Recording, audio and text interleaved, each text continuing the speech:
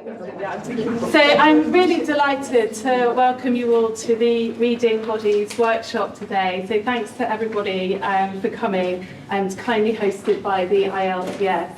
My name is Catherine Murphy. I'm an Associate Professor in Hispanic Studies and Comparative Literature at the University of Exeter, and I'm the Principal Investigator for the Reading Bodies project.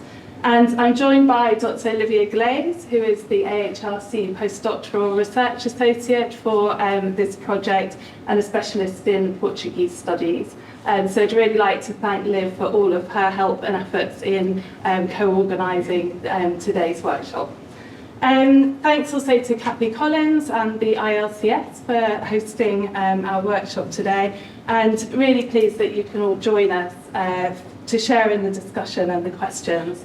I'm also really pleased to invite our fantastic range of speakers today who've come from near and far. So we've got speakers from the US, from Belfast, from Italy, from the UK. So thanks to everybody for coming, and we really look forward to hearing what promises to be a fascinating set of papers on the theme of reading bodies narrating illness in Spanish and European literatures and cultures. So as you know, we're working across 5 languages, which is really exciting for this workshop. So Reading Bodies, as you know, is generously funded by an AHRC Research Development and Engagement Fellowship, which runs from last October until March 2025. We need to move up the slides on, thanks. So please do take a look at our website if you haven't already. We've been busy developing lots of information and materials for the website. So we've got a blog there to have a look at, and lots of information about upcoming events. So as you'll know, the project analyses representations of bodies and minds in European literatures and cultures, and we're hoping to trace the development of cultural narratives and discourses of illness from the 1870s to the 1960s and beyond. And we've got particular shared interests in gender, society, social change, artistic representation of some of these issues. The Research Network, most of the members of the Research Network are joining us today. We've met regularly since last autumn. That's been really great for productive discussions in the lead up to today's workshop, so meeting online. So it's really great to get together in person for the first time today as a group. Could you move on, please? So we'd just like to let you know briefly about upcoming events for Reading Bodies. So we're starting with the first in-person event today with this workshop here. Then we've got, on the 23rd of May, we've got the second research workshop at the University of Exeter. So if you're interested, please do take a look at the website. Liv has kindly put the QR codes there for ease of finding this online. Everybody's welcome, so do please have a look at that. And we've also got a creative writing workshop. So the nature of the grant involves sort of the research strand, the academic strand, but also engagement events. So we've got a creative writing workshop on burnout, overload and resilience that's coming up. So do please take a look at that as well. So I'm going to hand over to Liv now for the next slide. Yes, well, just very briefly, so I know we all want to get on and hear our excellent papers, just briefly outline what it is that we're going to be focusing on today, although I'm sure many of you are familiar. So as Catherine said, we have such an incredible range of speakers from different fields presenting papers today: Spanish, French, German, Italian, Portuguese. We're really hoping to find the connections, the sort of red threads that are woven between all of those different areas. So literature, medicine in modern and transnational medical humanities. We've got literature today, also film, so cultural narratives of illness in Europe, as Catherine said, from 1870s and to the 1960s, but we don't mind looking beyond. We're also really interested in seeing how the past influences the present, so we're not particularly restricted to one time frame. So we're just really looking forward today to having that discussion about cultural narratives from across different European cultures, looking at the different scaffolding of each and how influence each other. So we're so grateful for everyone to coming today, having travelled far and wide. So thank you so much, and we're really hoping to have a productive day. Just a few points of housekeeping. Bathrooms are just to the right through the double doors. Women on the ground floor, men one floor up. And in case of a fire alarm, we hope not, we'll never know, we're actually in a good location. The meeting point is literally just outside these windows. So we come out, we turn right, and that's where the meeting point is. Obviously, any questions, anything you need, just let me know. But I think we'll get started. Yes, so I'll hand over for the first panel, please.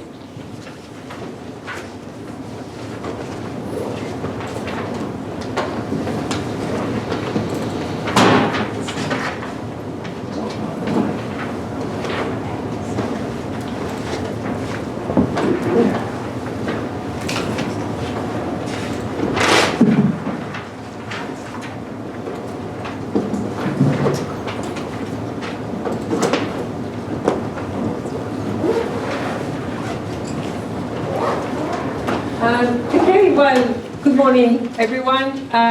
It is my pleasure to introduce our first panel on transnational and decolonial perspectives in the medical humanities.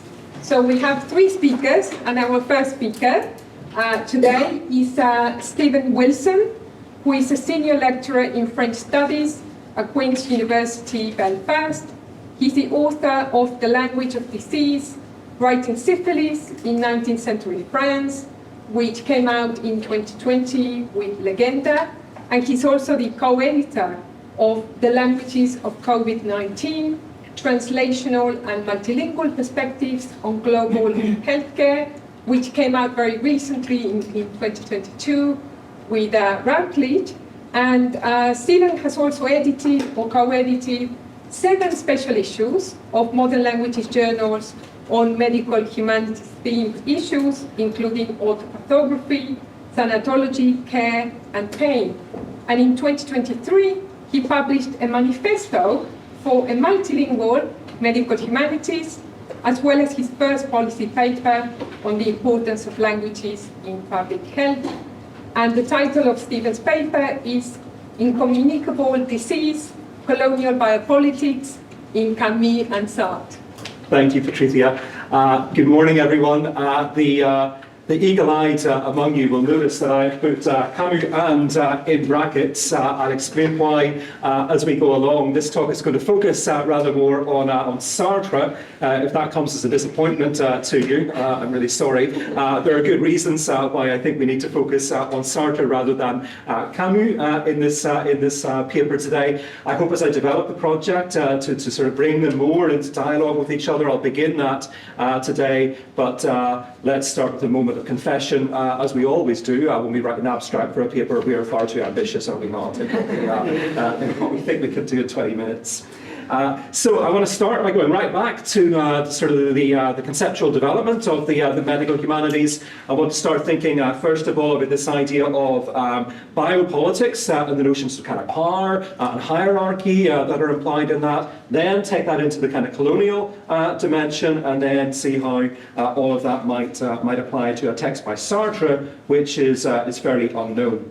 So let's go back, let's start in 1963 with the publication of course, Michel Foucault's Naissance de la Clinique, or The Birth of the Clinic, the text that focuses on the power structures, particularly in the operation of doctor-patient relationships. And I think that text really has become something of a cornerstone in the development of the medical humanities, at least in its early iterations. Because with its origins in the context and the rise of bioethics after the Second World War with the Nuremberg Code, the Declaration of Geneva, seeking to protect patients' rights and restrict the power of medical professionals, the medical humanities, as we know, has traditionally sought to pay attention to the patient's perspective, to what has commonly been termed the patient's voice, as something of a counterbalance to the authority or the dominance of clinical medicine. The premise behind this particular development in the field was that by paying attention to lived realities is to affirm the role of knowledge in subjective experience, a knowledge that supplements or ideally complements medical knowledge. And all of that is important, I think, because as patients submit their trust, as patients submit their body to the authority and the knowledge of medics, what happens is that they are simultaneously ceding control of their medical experience and their linguistic framing of that experience. Hence, as Arthur Frank, the sociologist, has concluded, illness often takes away the patient's voice, because as ill people surrender their bodies to medicine, physicians assert authority as scientists by imposing specialist language on the patient's experience. Now, everything that I've said so far, I think, characterizes what you might call hegemonic approaches to what has been termed first wave medical humanities scholarship. It's a kind of generally accepted starting point in a field that attempts to refocus attention on the voice, on the articulated experience of patients, construed as marginalized participants in the medical encounter. But it's something that Arthur Frank goes on to say in his book that really interests me in my current work that I'm presenting today. Because he states that, quoting him here, that in the claiming of the body of the patient as its territory, medicine engages in a form of colonization of the body. And establishing that parallel and developing it a little bit further, he goes on to state that just as political and economic colonialism took over geographic areas, modernist medicine claimed the body of its patient as its territory, at least for the duration of treatment. Now, I think the implications of what Frank states here have not to date been given the critical attention that they merit. Colonization is, of course, being used by him here in a metaphorical sense to describe the violating stances, the usurpation of the patient's voice by medical authority. It also evokes illness in territorial terms, specifically by connecting illness to a violently transformed space in which the patient feels alienated from their familiar world. Recasting Susan Sontag's famous conceptualization of illness in specialized language, which she stated, and I quote her here, "Everyone who is born holds dual citizenship in the kingdom of the well and the kingdom of the sick. Although we all prefer to only use the good passport, sooner or later each of us is obliged, at least for a spell, to identify ourselves as citizens of that other place." End quote. But I think all of this begs two important and two new questions. Firstly, might the reclaiming of the patient's voice in an act of resistance that allows for the reconstruction of the self, of one's subjective identity, in an otherwise domineering encounter, be considered, in some senses, a decolonizing act? And secondly, how are the operation and control of disease and its lived reality through illness conceptualized, perceived, and experienced when colonization does not simply act as a metaphor for the medical encounter, but actually serves as a political, social, and cultural reality that contextually frames it? So the inflection then towards a more kind of critical medical humanities in recent years, particularly I think since the publication in 2016 of the Edinburgh Companion to the Critical Medical Humanities, has given rise to sustained attention on the various entanglements that mark medical praxis. Scholarship, at least in my own field of French studies, has tended to focus on the effects of class, gender, sexuality, disability, and belief systems in the medical encounter. But the health inequalities noted during COVID-19 pandemic, I think, prompt us to pay renewed attention to some of the ways in which disease is also shaped by the political structures of history, race, and colonial power. Specifically then, and as part of this project that Catherine has kindly put together, I am looking in my current work at how colonial biopolitics inform the depiction of illness in French cultural production by Albert Camus and Jean-Paul Sartre in the 1940s. So Camus' La Peste, or The Plague, of course became a literary sensation during the pandemic. But the screenplay Typhus, written in 1944 by Camus' friend and rival Sartre, and which was published posthumously in 2007, remains largely overlooked. Indeed, the film intended to result from the screenplay was never actually made. Yet both texts are set in colonial environments, respectively Algeria and the British colony of Malaya, now part of Malaysia, and they set the scene for important reflections on how colonialism underpins perspectives on medicine through acts of political domination and by perpetuating a logic of exclusion. Now, let us be honest. Some people had better pandemics than others, and I think it is fair to say that Camus had a good pandemic. Copies of The Plague sold faster than publishers could print them in many languages across the world.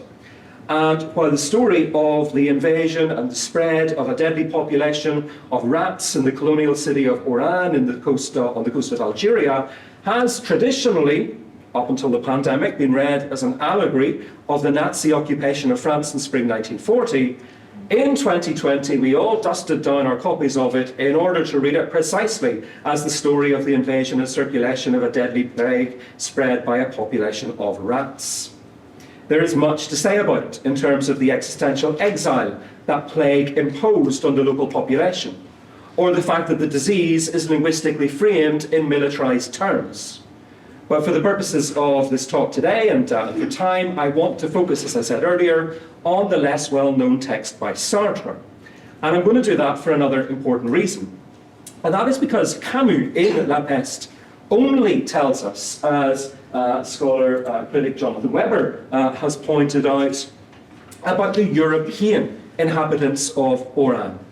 As Weber states, quotation on the screen here, Camus, introduces one character early on as a journalist investigating the health and living conditions of the Arab population, but never mentions Arabs again. He makes no mention at all of the Berber population.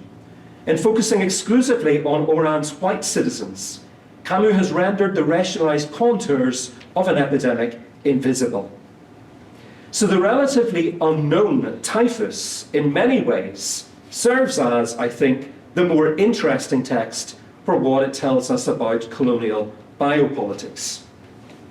So from the very beginning of this text, and you can see this is the cover of the translation here. It's now been translated into English and Spanish. The picture on the left here shows the fact that down the left-hand side you've got the kind of like stage directions almost, what is going on in the background and the dialogue. On the right, as a very sort of literary scholar, I found this quite discombobulating at first to try and get my head around reading in this way. But it's very productive actually when you do that. And from the very opening scene of the work, it's clear that the focus is on the differential effects of the disease on the white Europeans living in Malaya compared to the local population. The screenplay opens with darkness, a deathly silence, that term is explicitly used by Sartre, a sense of foreboding in the colonial territory. And yet, while this deathly silence transcends the territory, Sartre moves immediately to a scene in which some European-style streets, featuring shops with shutters, sit incongruously nearby the mud-built houses and the reed-covered market populated by the locals. It's a symbolic dramatisation of what we know about the spread of disease.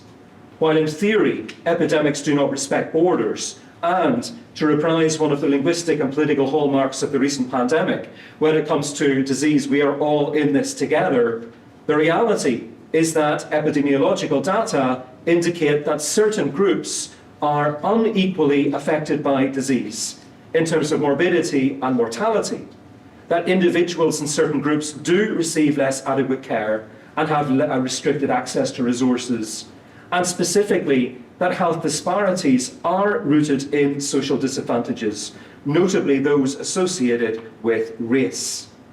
And so, again symbolically, the first person to die in Sartre's screenplay is a Malay. And the Malay's death occurs as the backdrop to a group of white Europeans at the other end of the town square who are boarding a bus to take them on a 12-hour journey across the desert to the docks at Ottawa to get the boat back to Europe and apparent safety from this typhus epidemic. The scene recalls the politics of confinement on the bus and of physical distancing, which typically characterize the response to many epidemics and pandemics. And yet it also points to the fact that such responses are often acts of privilege. This is neatly, if rather starkly illustrated, for instance, in a scene in which we see the Malayan natives loading the ship at Ottawa with the Europeans' luggage. Distancing and confinement are not universally available. Sartre's text then gestures towards the socio-economic and racial factors that shape the politics of segregation in the context of an epidemic. Even before the spread of typhus, local bars in the colony are separated into sections by a material partition, one for the locals, one for the Europeans. The town is geographically marked into zones, the shanty town and the more bourgeois quarters. And yet, and again, as we saw during the coronavirus pandemic, the spread of disease compounds the process of othering. And so as the bus leaves the urban square headed for the docks on the other side of the desert, there are only Europeans on board. But Sartre complicates this attempt at racial and pathogenic purity by having an already visibly sick Malay grab a ladder and climb onto the roof of the bus. The Europeans in the bus are horrified that their confinement zone, their very own bubble, to borrow one of the cliches of COVID, has been compromised. Get him down, he's going to contaminate the lot of us, a woman at the back of the bus exclaims in a shrill tone, as Sartre is careful to note. The same passenger, lacking in nuance, declares, all the natives are sick. A fellow passenger, described as an elderly gentleman, attempts a slightly more pseudoscientific explanation, telling his fellow Europeans, typhus is spread by lice, only to add, and this native is bound to be full of lice. The Malay's condition deteriorates to the point of corporeal decomposition as the journey to the docks progresses. In a scene characterized by graphic abjection, blood begins to pour from his body. The body is still warm, indicating, of course, that he is still alive. The bus is nearing the docks and a nearby hospital, but rather than seek medical treatment, one passenger and the driver leave the bus to take the sick Malay off the roof, to remove the apparent threat, for, as one of the passengers approvingly declares, it's him or us, isn't it? So outbreaks of illness often, as we know, give rise to this kind of binary dynamics of us and them as social cohesion fragments, only to be replaced by survival behaviours. Such instincts, such mentalities manifest themselves in tendencies to individualism. And yet it's important to underline that they are conditioned and they are perpetuated by structural inequalities. But what are the factors that determine who is us and who is them? There was a book published earlier this year, a brilliant book by Charles Briggs, Incommunicable Towards Communicative Justice in Health and Medicine, published by Duke University Press. And in this book, Briggs develops the concept of medical incommunicability to consider the structural inequalities that result from illness and attempts to control it. And he argues in the book that these inequalities were produced by colonialism. Briggs begins with an observation about the communicability of both pathogens and discourse. Both circuits, pathogens and discourse, he calls them both circuits. He suggests that they are vitally connected. Discourse in response to the circulation of disease must be capable of travelling and invoking a response, in this case a public health response, in those liable to become infected. And so it follows that the circulation of epidemics can be more effectively controlled precisely when public health messages are communicated and received. Yet Briggs's core argument, based in part on observations during the COVID-19 pandemic, is that public health professionals, when translating medical knowledge, have not always managed to control epidemics precisely because they have not connected discursive and viral circuits. And the main reason for that, he suggests, is that discourses of health have elevated dominant communicable models that channel the values of rationality, enlightenment, modernity, embodied by and promulgated by white elite European men as far back as the 17th century. The result has been a politics of exclusion, of othering, as public health strategies have tended to place white supremacy and colonial production of categories of others at the centre of conceptions of language and communication, health and medicine, right up to the present day. So if communicable models in healthcare exercise power by naturalising the perspectives that they project, then they simultaneously perpetuate exclusion by making others seem unnatural, inferior, or even unthinkable, Briggs argues.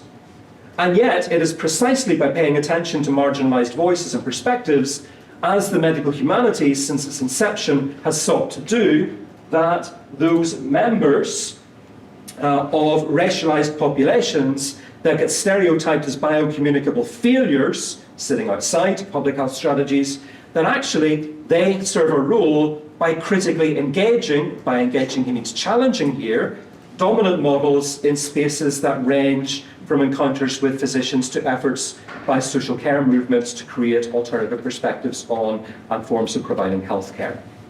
In other words, what Briggs is arguing here is that by paying attention to those affected by racial exclusion in disease management, we enter into a space in which domineering models of healthcare imposed on others and hegemonic discourses of public health are challenged. Briggs sums up his thinking like this. If biocommunicability is a fundamentally colonial dynamic, deeply connected to whiteness and the ideological dominance of European Enlightenment values in Western public health practices, then incommunicability is its conceptual opposite. And incommunicability captures how some individuals and populations are banished from communicability, how they are deemed incapable of performing utterances and actions that demonstrate their status as modern, rational, liberal subjects, etc. Briggs's concept of incommunicability, used to describe people who remain outside what Eugene Richardson has termed the racial, the political, economic, social, epistemological, linguistic, and gendered hierarchical orders imposed by European colonialism, raises crucial questions concerning the perpetuation of health inequalities. How is knowledge made? Who makes it? How does it circulate? But it also prompts the literary scholars among us to consider which voices and which perspectives have been marginalised in our work on illness and disease. Many of us will be familiar with Arthur Kleinman's seminal 1988 text, The Illness Narratives. But whose narratives? Who is included? As Richardson has rightly stated, the time has come to examine the ideological content of how diseases are represented. I only have 1 minute to pick out one final example from typhus, but I can see you, but it is a crucial one. As the disease spreads inexorably and supplies of an effective vaccine become available, the local authorities mobilise a campaign to have the population inoculated. But many of the locals resist vaccination for cultural, political, and/or religious reasons. The authorities in turn respond by involving the army, whose task is to round up natives, ensure they are vaccinated, forcibly if necessary, and issue them with certificates so that their status can be verified. But the plan has a notable deficiency. No names are specifically recorded in the certificates, and so, some unscrupulous Europeans see an opportunity to profit from this by paying some of the native populations to take multiple vaccinations in exchange for the certificates, while the Europeans will then sell on, to vaccine skeptics. Clearly, this not only depletes a scarce resource of supply, but puts in danger the lives of those taking part in the scheme. People will die, one European says, only Malays replies another. So this vaccination scheme takes the politics of us and them to an extreme degree. But the very imposition of such an important public health measure by a dominant colonial authority onto a marginalised, hesitant community is an illustration of how groups of people are regarded as biocommunicable failures, as inferior, as irrational, as unenlightened communities whose cultural sensitivities are bypassed in the development of public health strategies. This forcible imposition of public health measures, this colonisation of the body, to go back to where we started, dramatically illustrates how illness continues to circulate if public health measures are not adequately communicated and received by diverse communities who fall outside the paradigm of incommunicability. There are lots of ways in which the pandemic has replicated all of this. We see all of this in the way in which there's been a massive erosion of trust in certain communities during the pandemic due to the ways in which public health measures were imposed upon local communities. But let me just conclude by saying that I think 80 years after the publication of Typhus, this largely unknown, barely studied, almost entirely forgotten text has, I would suggest, more to tell us about the deep, persistent, racialised inequalities of healthcare than Camus' story of the rats in Oran. And that is because Sartre's text does not depict the local population of Malaya as biocommunicable failures, but rather as victims of biocolonial politics. Thank you. Thank you.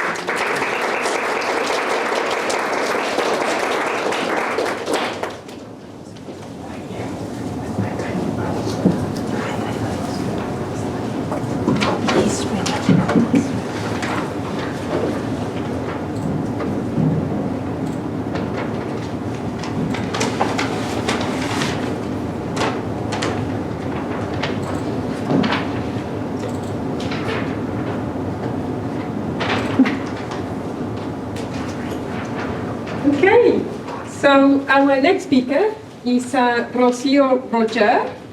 Rocio holds a PhD from King's College London, for which he was awarded a Spanish Embassy Doctoral Publication Prize. Her recent publications include the monograph Women and Nationhood in Restoration Spain, 1874-1931, The State as Family, which was published in 2019. She also published a co-authored survey on the Gothic in 19th century Spain, which appeared in the Cambridge History of the Gothic in 2020, as well as a chapter on liberal women and nationalism in the upcoming Paul Gray 19th century transnational women writers handbook. Her areas of research also include gender and politics, as well as medical humanities, for which she contributed to Latin American and Iberian perspectives on literature and medicine in 2015. And the title of Rocio's paper is Aping Other Nations, Darwinism as British Colonial Degeneration in 19th Century Spanish Short Fiction. Thank you for that, Lydia.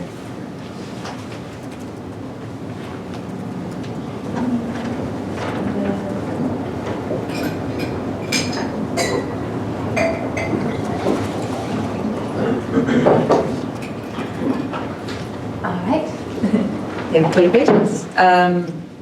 Right, so as you can see, today I am talking about the portrayal of Darwinism, specifically portrayal of Darwinism in Spanish short narrative in the second half of the 19th century, and particularly in two stories. So Carlos Coelho's Men and Animals from 1872. Which one do I click? You can use the arrow on the keyboard. Oh, there you go.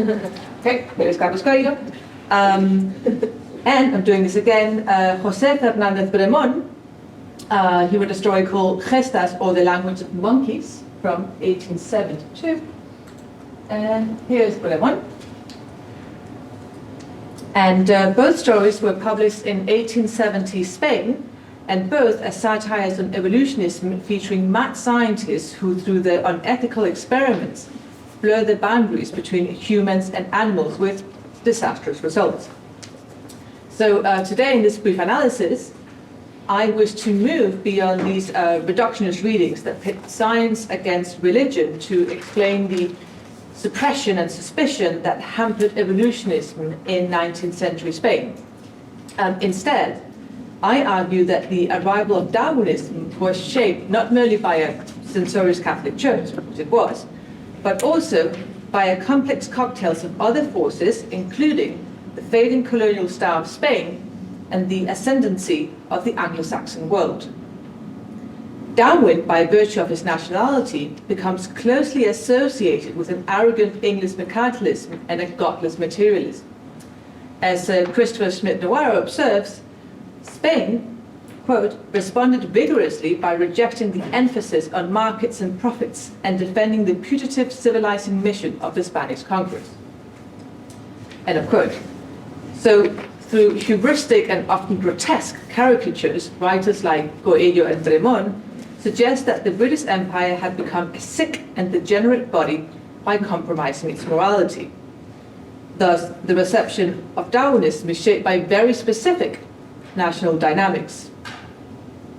However, I would like to add that a wish to discredit a rival, a colonial rival, and fear of barbarism are by no means a uniquely Spanish response to the period's pressures, but rather link the country to the imperial Gothic imagination of, say, Bram Stoker's Dracula from 1897, H.G. Wells' The Island of Dr. Moreau from 1896, and Joseph Conrad's Heart of Darkness from 1899, to name but a few well-known examples from English literature. In this way, I also situate Spain firmly within Western colonialism. As Patrick Brackenlow writes in Rule of Darkness, British Literature and Imperialism, these stories articulate fears of, quote, individual regression or going native, as well as, another quote, an invasion of civilization by the forces of barbarism and demonism, end of quote.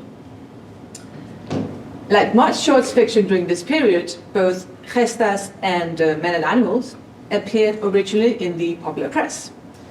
And these stories constitute an important barometer for the reception of Darwinism in the public imagination, what Travis Landry calls the popular understanding of natural selection, a collection of associations and visual guides rather than a detailed grasp of Darwin's theories. Men and Animals and Gestas show how Spanish writers, just like their continental counterparts, appropriated scientific discourse and turned it into ammunition against a colonial rival, popularizing and propagating such imagery in the media. Both Gestas and Men and Animals appeared at a time of peak interest in the theories of Darwin, despite the lack of Spanish translations until the end of the 1870s. In her article, Sketching Like Darwin, Buda Fernández observes how, quote, the basic principles of Darwin's theory soon entered the collective vocabulary and imagination in spite of the fact that his works were not read either directly or extensively, end of quote. In this way, although the concept of degeneration in all its iterations, social, political, medical, peaked in the 1890s, as Catherine Murphy reminds us in Bodies of Disorder, a considerable part of the reading public had already been sensitized to theories of degeneration through the popular and pseudoscientific literature that evolved around Darwin's work. Scientific discourse, I like to say, entered fully into the mainstream in the last decades of the 19th century, buoyed by developments to the printing press and the subsequent cheapening of publications and also increasing literacy rates. Bremont features amongst those journalists that kept readers abreast on the latest theory or discovery as a weekly columnist of La Ilustración Española y Americana, a popular platform for the dissemination of scientific thought during the last 3 decades of the 19th century. This is how it would have looked like.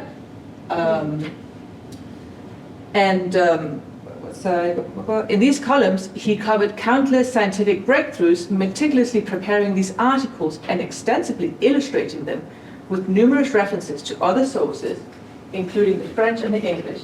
But also it had lots of illustrations, so you could see here's Darwin and here's other scientists, so readers could kind of put faces to all these scientists. And I'm actually going to start first with Men and Animals, which is by Gabriel Coelho, who I also mentioned earlier. And in this story, we meet the English naturalist, Sir James Lowe, Marquis of Hollywood. Clearly modelled after Darwin, his vital trajectory even shadows Darwin's own timeline. Coelho regales the reader with details of Sir James Low's illustrious scientific career, author to such successful titles as, I quote, Human Being, The Dog Compared with Man, and Nature, the last one on its 27th edition in England, and which, we are ashamed to say, has no translation in Spain, not even an extract, end of quote. Contemporary audiences would have read this light-hearted lament as a thinly veiled allusion to the delayed Spanish translation of The Origin of Species, and, to a less extent, The Descent of Man, titles that Coelho playfully echoes. The first of Darwin's work, did not receive a full Spanish translation until 1877, which was 18 years after its original release. So Coelho and Bremont and other intellectuals would have first encountered mostly through the French translation, maybe the English original. Both Coelho and Bremont spoke both languages, French and English fluently. So, after hearing about Sir James Low's scientific credentials, the readers meet him about to address the Royal Society, an institution that counted Darwin as a fellow and, which you might know, probably do, wielded an enormous influence on the legitimizing of new scientific narratives. And Coelho also highlights the presence of Lord Palmerston amongst the audience members, long-serving British Prime Minister and a man who dominated the country's foreign policy at the height of British imperial power. Palmerston played a pivotal role in the Opium Wars that forced China to open for trade. In this way, Palmerston's presence reminds us of the often intimate ties between state power, commercial interests, and scientific advancement. So it is before this audience at the Royal Society that Sir Low presents what he sees as the logical culmination of Darwinian ontology, that animals are not only equal to humans, but in many aspects even superior. Initially receptive to his reasoning, the audience implodes into incredulous laughter when Sir Low starts charging against the axiomatic superiority of man. With a rhetoric reminiscent of arguments against monarchy, Sir Low claims that, quote, man has proudly been proclaiming himself king of the animals for many years. If by king one means he who has the right to rule, I do not know based on what virtue man aspires to such sovereignty, end of quote. So, poor Sir Low, humiliated by the public reactions, retreats to his estate and decides to pioneer communication between species by bringing up a baby boy as a dog and a puppy as a human. This experiment is narrated through journal entries, a format that intentionally echoes Darwin's Galapagos journals. Shaped by the new environment, both subjects undergo a swift transformation. So the boy starts to pick up dog-like features, behavior, and the dog starts resembling a human. In fact, so successful is this new humanoid dog that the villagers encourage him to run for mayor. On the other hand, the boy-turned-dog has degenerated so badly that the scientist decides to put him down. Who does this? However, the last journal entry reveals these experiments to be the ravings of a madman. Sir Low has reached new lows and has been confirmed to Bedlam Mental Asylum since the public lecture in which he advocated for liberté, égalité, and fraternité for the animal kingdom. The shared ancestry with other species purported by Darwinism is thus portrayed in men and animals as a disruptive force that leads Sir Low to moral degeneration, even insanity, should it not be contained. It is particularly striking that Sir Low, descendant of one of the finest aristocratic houses, should call for the flattening of social hierarchy with all the species. Goya himself descended from nobility too, and writes a touch sardonically that, quote, the English aristocracy, don't you know, is the peak of European aristocracy, and our hero was one of the members who most honored and exalted it, end of quote. But not even the pillars of the aristocracy, Goya warns us, are immune. This is a fear articulated in Sophie Gilmartin's ancestry and narrative in the 19th century Buddhist narrative, in which she writes that, I quote, traditionally, the further back a pedigree can be traced, the more noble it is considered to be. Part of the anxiety of a pedigree after Darwin was this haunting sense that a pedigree could possibly be traced back too far. When do those ancestors, considered noble throughout the mist of time, suddenly reveal themselves through a little clearing in the mist to have primitive or even simian features? Such apprehension is explicitly articulated in Genealogical Tree, in which the protagonist retraces all his past ancestors until he stumbles across a primordial tree and, quote, an enormous orangutan, carefully descending from branch to branch, came towards me, looked sweetly at me, and, cradling me in his arms like a child, kissed my cheeks in a most paternal manner. Genealogical Tree is one of the several stories featuring monkeys penned by the writer and journalist Ramon, really love writing about monkeys, who, like his friends Carlos Coelho, seem both enthralled and wary of the alleged kinship between men and apes. A similar warning not to fraternize with apes can be found in Gestas, the one I was introduced, another Bremont story published in 1872. And this story follows the eponymous orangutan Gestas, whose penchant for aping human behavior is noticed by his wealthy owner.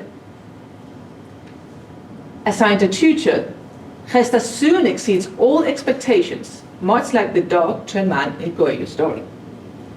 Gestas becomes a model dandy, avidly imitated by fashionable Madrid. Very dandy monkey. The ape is now aped by monkeys, by humans, by monkeys. It taps into the fear that Spain had neglected its own customs in favor of the more fashionable French or English one, to the point of diluting its essence, rendering it vulnerable to foreign intervention and corruption. But not content with having turned an orangutan into a model gentleman, Gestas' tutor, Don Crisostomo, has grander designs for his pupil. Like the English Salo, Don Crisostomo is a mad scientist in the making, willingly to sacrifice societal norms in the interest of science. He owes this compulsion to his German father. So, like Salo, it is the foreign element that corrupts morals and native Spanish blood. Don Crisostomo convinces Gestas to travel to Africa with him, certain that the primates they meet will soon identify Gestas as their leader. He believes that it is better to establish commercial routes with the vast continent through civilized monkeys than with Africa's allegedly lazy native population. It shows that Bremont might be wary of Darwinism, but he certainly wasn't immune to social Darwinism and other notions of racial supremacy and, racism. Don Crisostomo's fixation with civilizing Africa also reveals Spain's territorial aspirations in the age of nationalism, when there was a pressure for a nation to acquire an empire as a status symbol. And the choice of Africa is also tragic but timely. So in 1870, merely 10% of the continent was under European control, and only 4 decades later, in what would be known rather euphemistically as the scramble for Africa, or the partition of Africa. You can see here is Bismarck literally cutting Africa up for all the other empires. 90% was under colonial rule. Spain did not wish to be left behind in this new colonial wave. It had already set its eyes on nearby Morocco, which it had invaded in 1859, an invasion that received much media support. The newspaper La Discussion, for example, proclaimed that, quote, the future of our fatherland is on the beaches of Africa, end of quote. In the end, Spain did not get a particularly big slice of the genocidal pie. As if foreshadowing the declining colonial clout of Spain, in Bremont's story, Don Crisostomo's imperial designs are thwarted by a certain Mr. Cuckoo, an English diplomat who wastes no time in creating a market of vice in the new African nation founded by Gestas. Mr. Cuckoo defends himself from accusations of exploitation by claiming that he, quote, has no means to prevent the markets from introducing the use of opium or exploiting the orangutans' fondness for alcohol, end of quote. And that, quote, England, furthermore, cannot deny this country for anything it asks because the orangutans, rich in ivory and gold dust, pay in cash, end of quote. But Emon, unlike Coelho, might not name him directly, but the allusions to Lord Palmerston and the Opium Wars are very clear. So profitable is this new market that the British Parliament considers granting citizenship to any monkey born in British domains and offers to honour those in London Zoo, accordingly, should they be related to Gestas. The English Empire might be mightier than the Spanish, but this servile mercantilism threatens the rationality, as the name of the diplomatic representative, Mr. Cuckoo, so unsubtly hints. Already named after an animal, Mr. Cuckoo might succumb to the madness that took his countryman Ceylon. The reign of Gestas as a ruler of this new nation is very brief.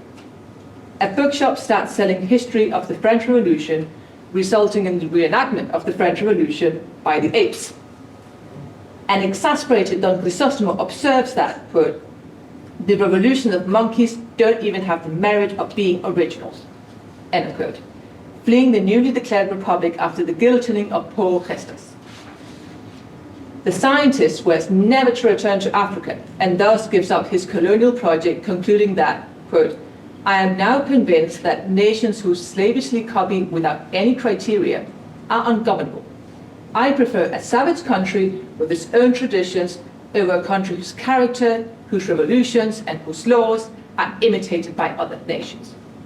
End of quote. This is clearly a defense of Spain and its shrinking domains in the name of remaining true to itself and not succumbing to the dangers of imitation. These portrayals of the British Ceylon and the half-German Don Crisostomo as dangerously blurring the boundaries between humans and animals undermine their claims to be a civilizing force. Not for Spain, the fate of its colonial rivals in the thralls of godless materialism and mercenary opportunism. So, I conclude that the mocking of evolutionary theories in men and animals and Gestas cannot solely be ascribed to its clash with Catholicism, but to a complex confluence of different preoccupations and debates, colonialism, evolutionary theories, political revolution, Western decadence, and degeneration. And, as I mentioned earlier, even attempts to discredit colonial rivals by questioning their sanity are not unique to Spain. A similar strategy can be found in stories by British authors that identify the hubristic scientists as French instead of English.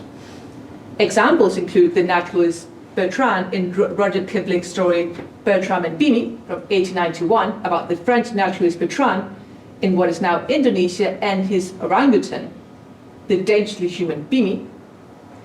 And then, of course, there's H.G. Wells, The Island of Dr. Moreau, whose eponymous doctor bears a French surname and is etymologically related to Moor or dark skin. Both of these stories were written in the 1890s, a time when the British were at loggerheads with French over the control of Africa. So, I would say that the different nationalities ascribed to the destructive Darwinism, British, French, show that science is rarely understood on its own merits. Thank you.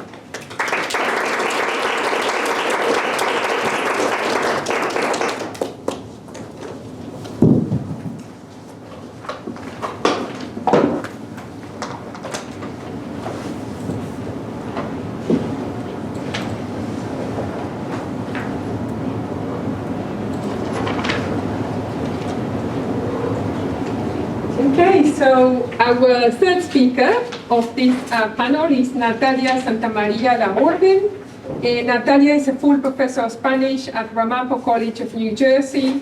Since she completed her doctoral dissertation at Harvard University, her articles have appeared in journals including Decimonónica and Cuadernos Americanos, as well as the volume Decadence, Degeneration, and the End, which came out in 2014.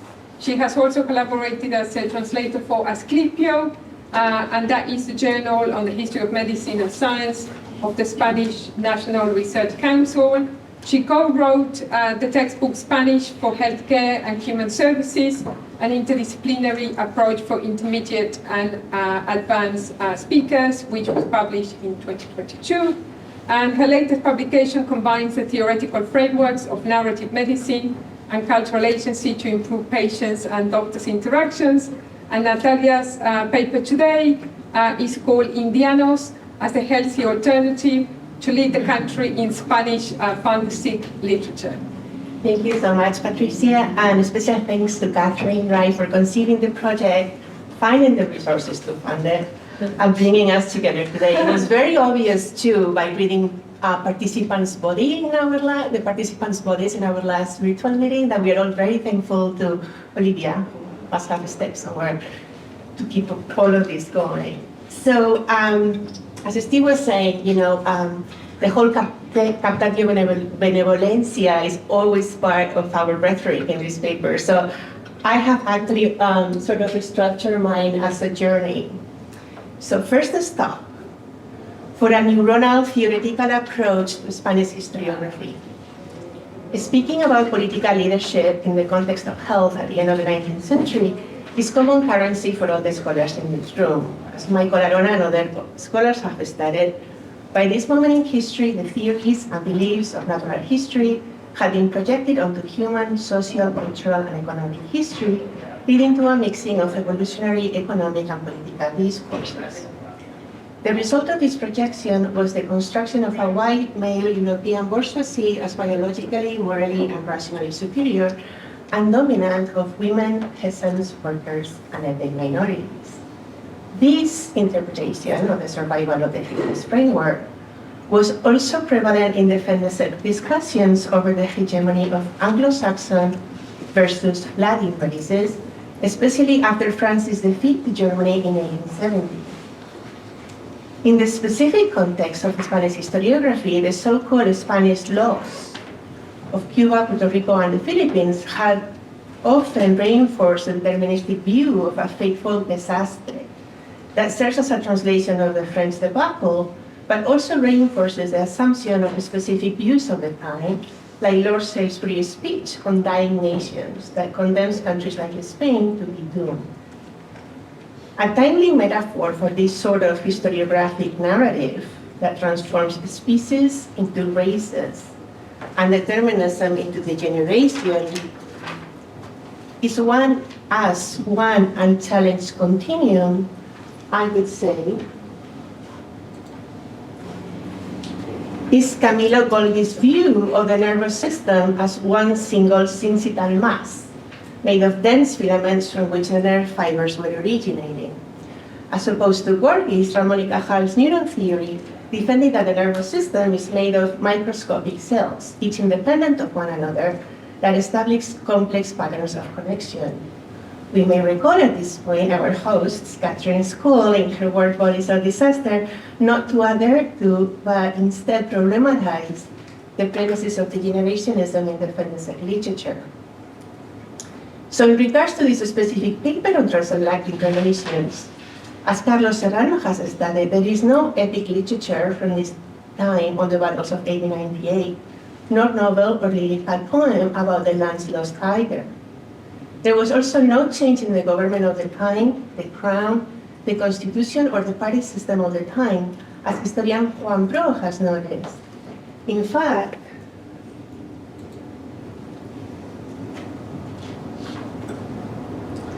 like economist Juan Pan Mantojo has demonstrated, the independence of Cuba, Puerto Rico, and the Philippines from Spain did not bring about an economic disaster, but on the contrary, it opened the doors to the modernization of state institutions, particularly those related to finance.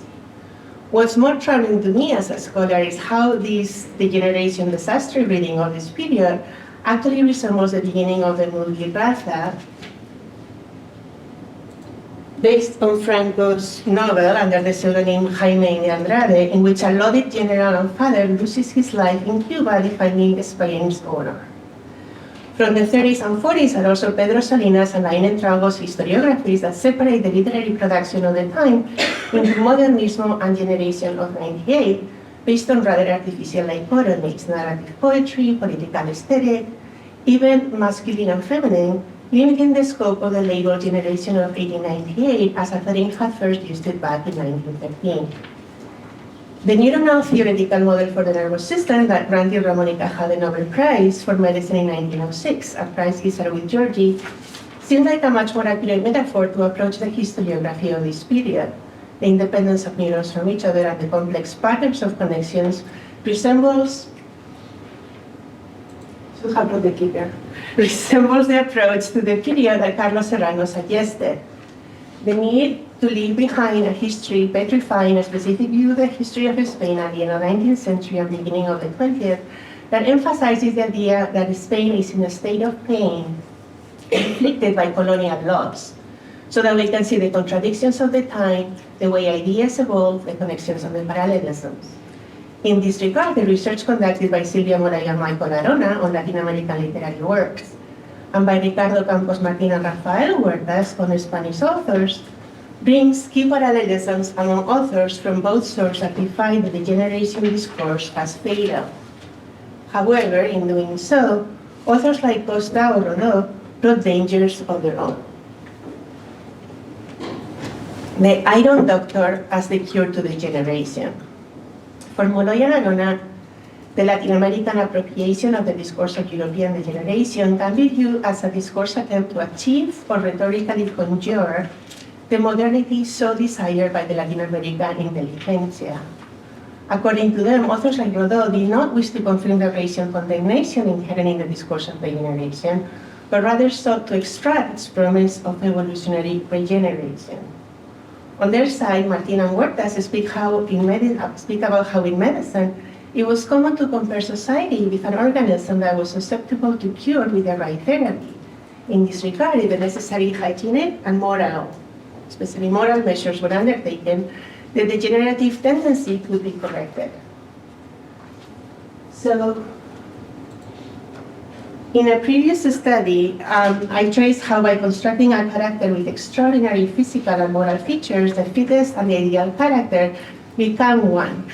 In both Spanish Joaquín Costa oligarchy and caciquism, as well as in Uruguayan Enrique Rodó's Ariel, loosely based on the Tempest character Ariel.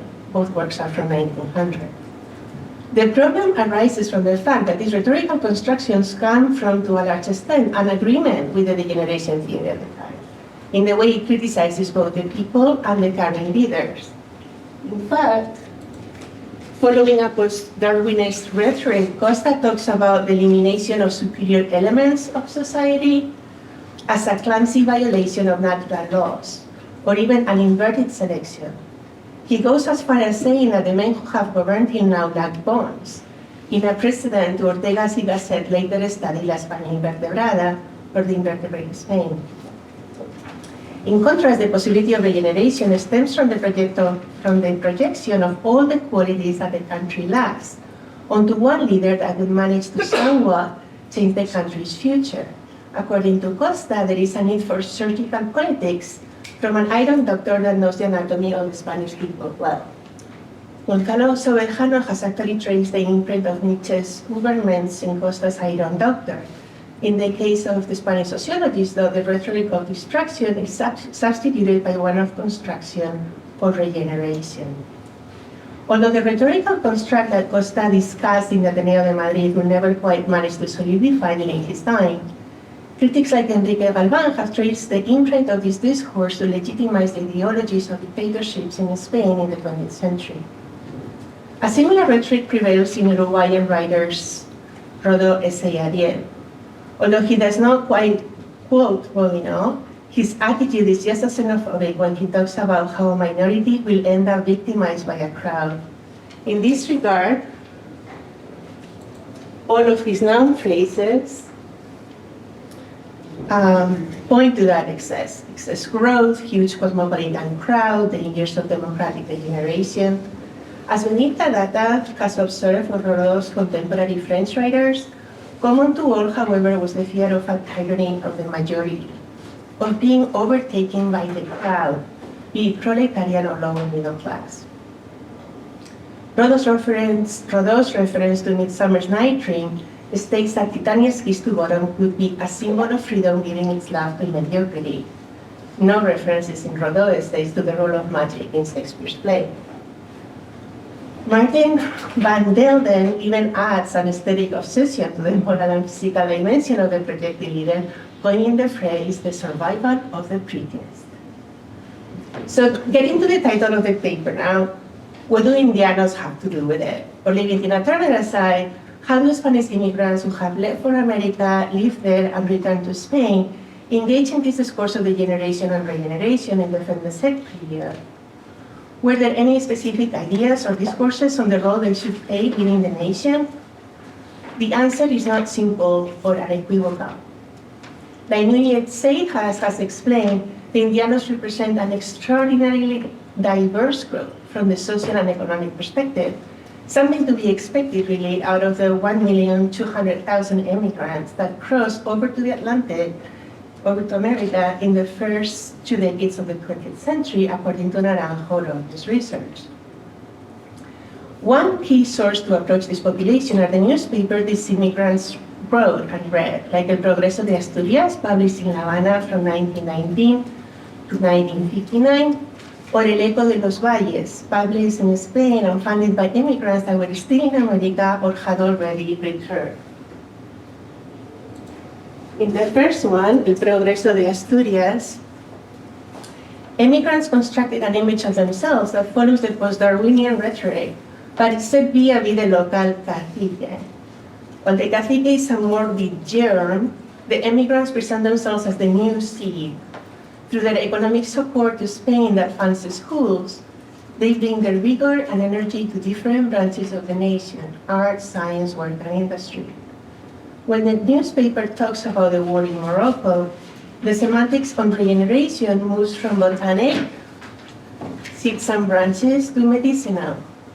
The arteries of the nation are open and the hemorrhage is not stopping. We hope the new politicians manage to heal this wound. So in contrast to this clear dichotomy, the degenerate cacique versus the regenerating Indiano, the representation of emigration in El Eco de los Valles is much more ambiguous.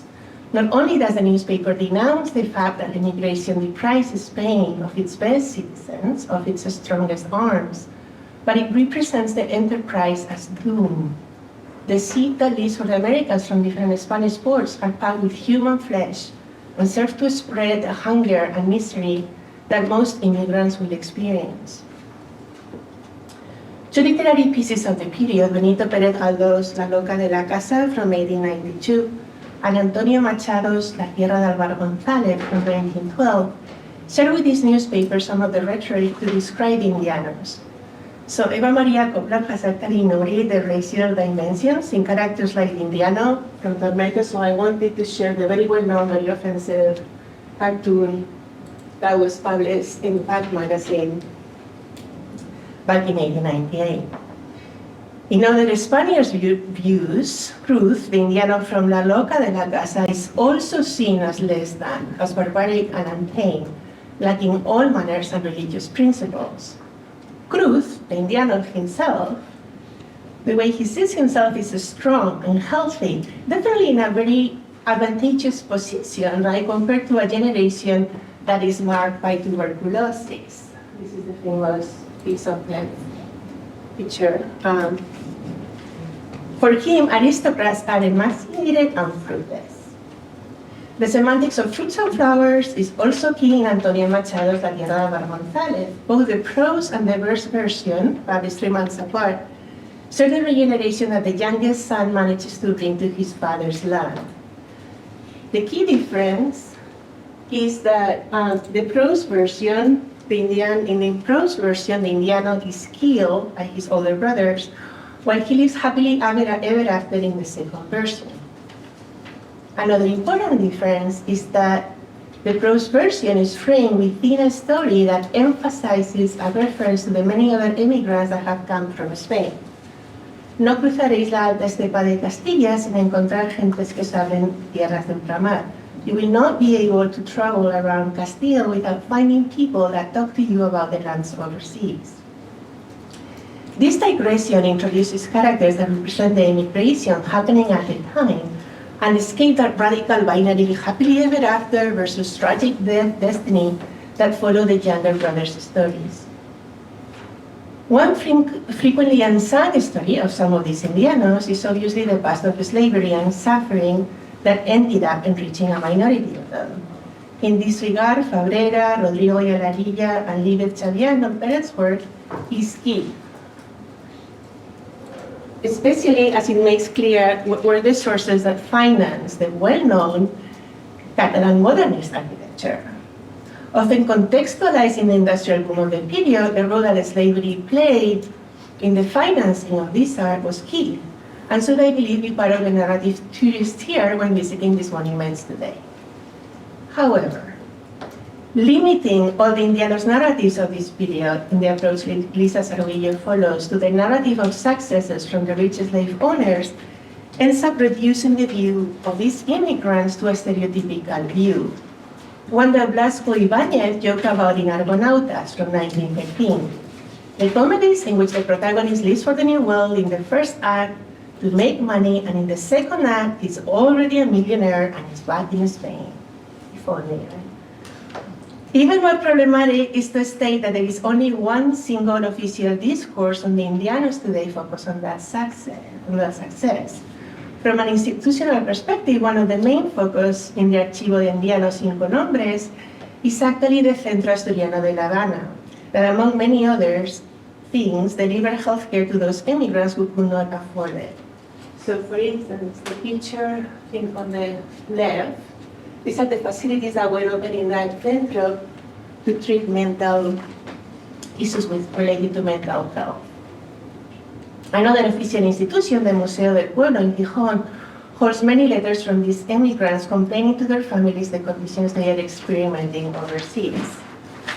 In terms of the actual official tours, I personally took one in Ribadesella last summer, and while the guide did give credit to the Indianos' daughter for making the city a seaside resort destination for some, he also followed a Blasco Ibáñez-ish approach in making clear that the Indianos' Daughters initiative was also the beginning of making Ribadesella a tale of two cities with the strict divisions of social classes. So as I approach the end of my 20 minutes, what do I think is worth to take from all of this? Let's go back to Ramón y Cajal's theoretical model. The first time I read one of the key works from the Latin versus Anglo-Saxon racist debate, I was pretty shocked. The modern Anglo-Saxon superiority to what's due does not talk even once about biology, or so-called natural laws. It's quite the opposite. It focuses on how the French and Italian education systems differ from the British one. The big difference he defends is whether we are teaching these kids to memorize and repeat what they memorize, or think by themselves and have the ability to present it. As it's known, even literary critics of the time, like Taine, felt like they had to follow some sort of scientific method to adjust to post-Darwinian theories. Yet the purpose of it all was to analyze the source of the generation theories and find alternatives to bring society forward. One of the main problems that these 19th century writers are grasping is what is the role of politics in society? What does it mean to be a political leader? Whose interests are we defending? And how? In this regard, Juan Prouruiz's words are very enlightening. He says that in the FNSEC period, they were trying to overcome a traditional conception of politics as an exercise of power and privilege that favors a minority, and at the same time understand a democratic version of the political system as a way to organize and channel the plurality of interests, opinions, and legitimate aspirations that a modern society generates. He also says that there was no response given to this question yet at the end of the 19th century. One of the Indiano projects was the construction of the Hospital of Naranjo in Asturias that ended up destroying the Civil War. Julio Ortega has said that our countries are not only national creations, but the product of a cultural interaction with the Atlantic world and all these chapters of a modernity that cannot be understood without its contradictory Latin American making. As such, we cannot be accomplices to a Castile-centric only version of the FNSEC that makes many of those possibilities disappear. It's worth listening to the voices of those who see themselves as germ-free, if a germ is the tyrannical authority of the caciques, even if just as a listening exercise to attain a more plural version of the present. Thank you.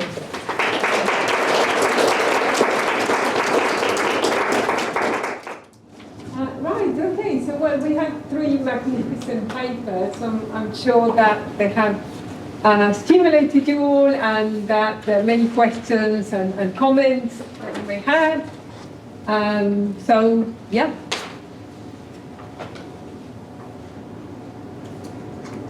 Yes, cool. Can I start with a question for Stephen? Say thanks for a really fascinating paper, and I thought it was really interesting both on the idea of kind of narrative inequalities and health inequalities and drawing links between those things. And I was just wondering if you might say a bit more about that process by which some texts become kind of privileged, and these novels of contagion, perhaps. So looking at the importance of Camus, and you said that he'd had a good, pandemic. This interesting idea of like the sales of Camus kind of, really shot up during the pandemic. So, that process by which some kind of novels or some literary texts become kind of, privileged in those hierarchies. So it's a very good question. I mean, there's probably something of a kind of self-perpetuating effect going on here, isn't there? Yeah. So we have to think, when you're asking about, why do some texts become more successful, however we define that, how do they become more read? We bring in the question of readership at that point. Why are we as readers reading? Probably to identify with what is going on in the text. The Camus text at that time, probably in some senses, was quite comforting in the sense that, there was the confinement going on, there was the disease spreading, it seemed to be out of control, but it did end. The confinement didn't go on forever, and so there was a moment of sort of identification, I think, that went on for many readers in all of that. Whereas why did we not turn to Sartre during the pandemic? Probably because it's bringing to the fore a perspective that is less considered, that might have been more challenging for readers at the time to start to engage with some of the inequalities that were manifest absolutely during the pandemic. In the midst of the pandemic, do we want to start, do we as readers also kind of privilege that sense of individualism, getting through, doing survivorship, and use what we can, including literature, in order to kind of serve that purpose? I think we probably do. And so I see there's almost like the Sartre, I think, kind of fits quite well now at this moment where we look back from a different time and we start to, critically analyse some of the things that were going on. Whereas I think during the pandemic, I think we were probably reading for quite different purposes. So you had all these different categories of text almost, I think. Yes. Can I directly respond to that? I wondered whether we could even push this further. I mean, you highlighted a lot of intersectional perspectives in terms of race and gender and so on. But I did notice that all the definitions you cited were positioned or situated from a very ableist perspective. And of course, we are looking at this or discussing this here as literary critics. But I do wonder what happens if we look at this from a disability, the perspective of disability studies, and look at non-verbal modes of communication, which are not even verbal. And of course, as I think scholars in literary studies, we also need to think about those who don't communicate. So you were talking about the incommunicability. Yeah. I can't even pronounce the word. You see. I struggled. So how about multi-sensory modes of storytelling in literature? I think that's fascinating. I'm working on a parallel project at the moment, which is about sort of eco-criticism, and in that project, it's a West African text, so there's a kind of colonial, decolonial aspect to it as well. Voice is given to the tree, voice is given to nature, voice is even given to the virus. So giving voice to the voiceless, giving voice to those whose perspectives are normally marginalised and are not brought in to the centre. That's still verbally, sorry. still verbally true. I was simply going to make the point there that literature served. Yeah, I'm not a disability studies scholar, but I think the point I'd like to make there is that literature serves as this kind of capacious mode for giving perspectives, for generating insights into the lived experience of illness or disease. And so it might be giving voice to the voiceless, it might be non-verbal communication. I don't have any specific examples of that, I must admit, but I do think literature, there's a power in literature to think creatively, to think, to open up almost this a space that comes away from some of the dominant modes of realism, about mastery, about control, about rationale, about patterns of speech and everything. So I think there's a capacity in literature to do that. I can't respond directly to the disability studies. Well, there's probably people in the room who can better. I was just going to, sorry, what's your name? Sorry. Anya. I don't know if there's a really good book that came out last year by Stuart Murray, Oh, yes. which is called Medical Humanities and Disability Studies. So it's like in discipline. So he really kind of carves into what are the kind of the boundaries of where there's overlap, maybe where he sees there's a bigger role for disability studies and medical humanities. It's a really good book, not just because it's from Leeds, but it's a really good book. And the lovely thing about Stuart Murray's book is it's, you know, I think it's the title or the subtitle is like in disciplines, and it's like in/disciplines. So there are disciplines that kind of work together and don't work together as well, but I haven't looked into it in enough depth yet. So if I can add something to that, what I love your presentation, but I love listening you said about self-perpetuating, right? And I am caught into these health humanities. How do we talk to nursing students? How do we actually make a difference in society? So I do have a problem with Brick's approach, and which is the same problem I have with Rita Sharon's sort of the principles of narrative medicine. I will always be thankful for them actually pointing at communication. And I really think that it's pretty sad, isn't it? How literature people actually need other doctors to say, oh, communication is so important, right? Mm-hmm. But what really, really bothers me from these discourses is that it really sounds a lot like the 1990s Can the Subaltern Speak? Yes, subalterns can speak. It's a way, are we actually listening, right? And I think there is so much of this going on with health humanities lately. And so that's why I love your approach, not talking about the biopolitical. Like, how much is there on medical interpreting? Nothing. Because in medical humanities are concerned with Spanish, art history, and what are the other languages, right? So that's why I'm thankful to what you said, but to me it's like there is this need to move it forward. So now, ways to move it forward, right? And that's where we have to be.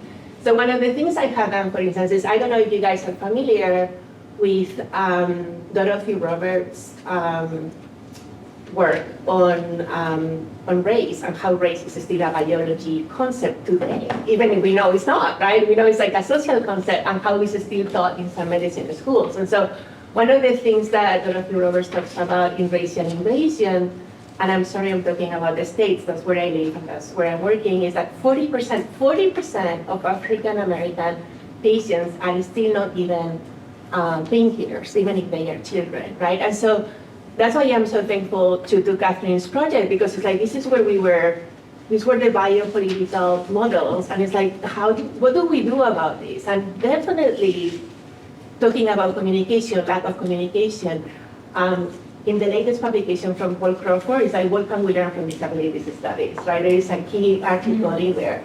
And so, you know, to me, this is what we have to do now, right? Like, as scholars, we know all of this. There is this incredible amount of research and richness, but it's like, how do you actually start listening? Because it's not like people are not talking, right? It's like we're not quite listening. So. Thank you, Natalia. Are there any more questions? Yes, go. It's following on from this question and also your paper, and thank you to the whole panel as well, because it was brilliant. I was just wondering when you're talking about incommunicable and incommunicability, and whether there are any ways forward and where the onus lies. So is it pointing to almost demanding assimilation from certain groups, that they mimic dominant way of speaking and behaving? Or is it putting the onus on, say, the medical profession to diversify, to be more aware? Are there any sort of ways forward? outlined in that book? Yeah, it's more about, it's less about assimilation and much more about the awareness of cultural sensitivity.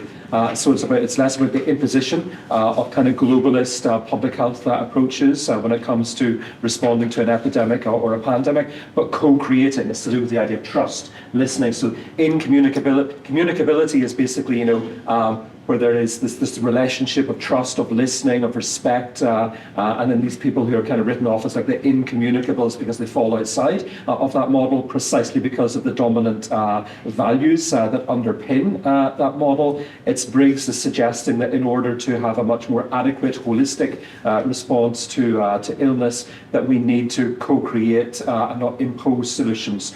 So some of the examples he gives are things like, the Latino, the Native American, the Black communities in the United States during the pandemic, who were quite badly affected, who had a higher rate of hospitalization compared to other communities.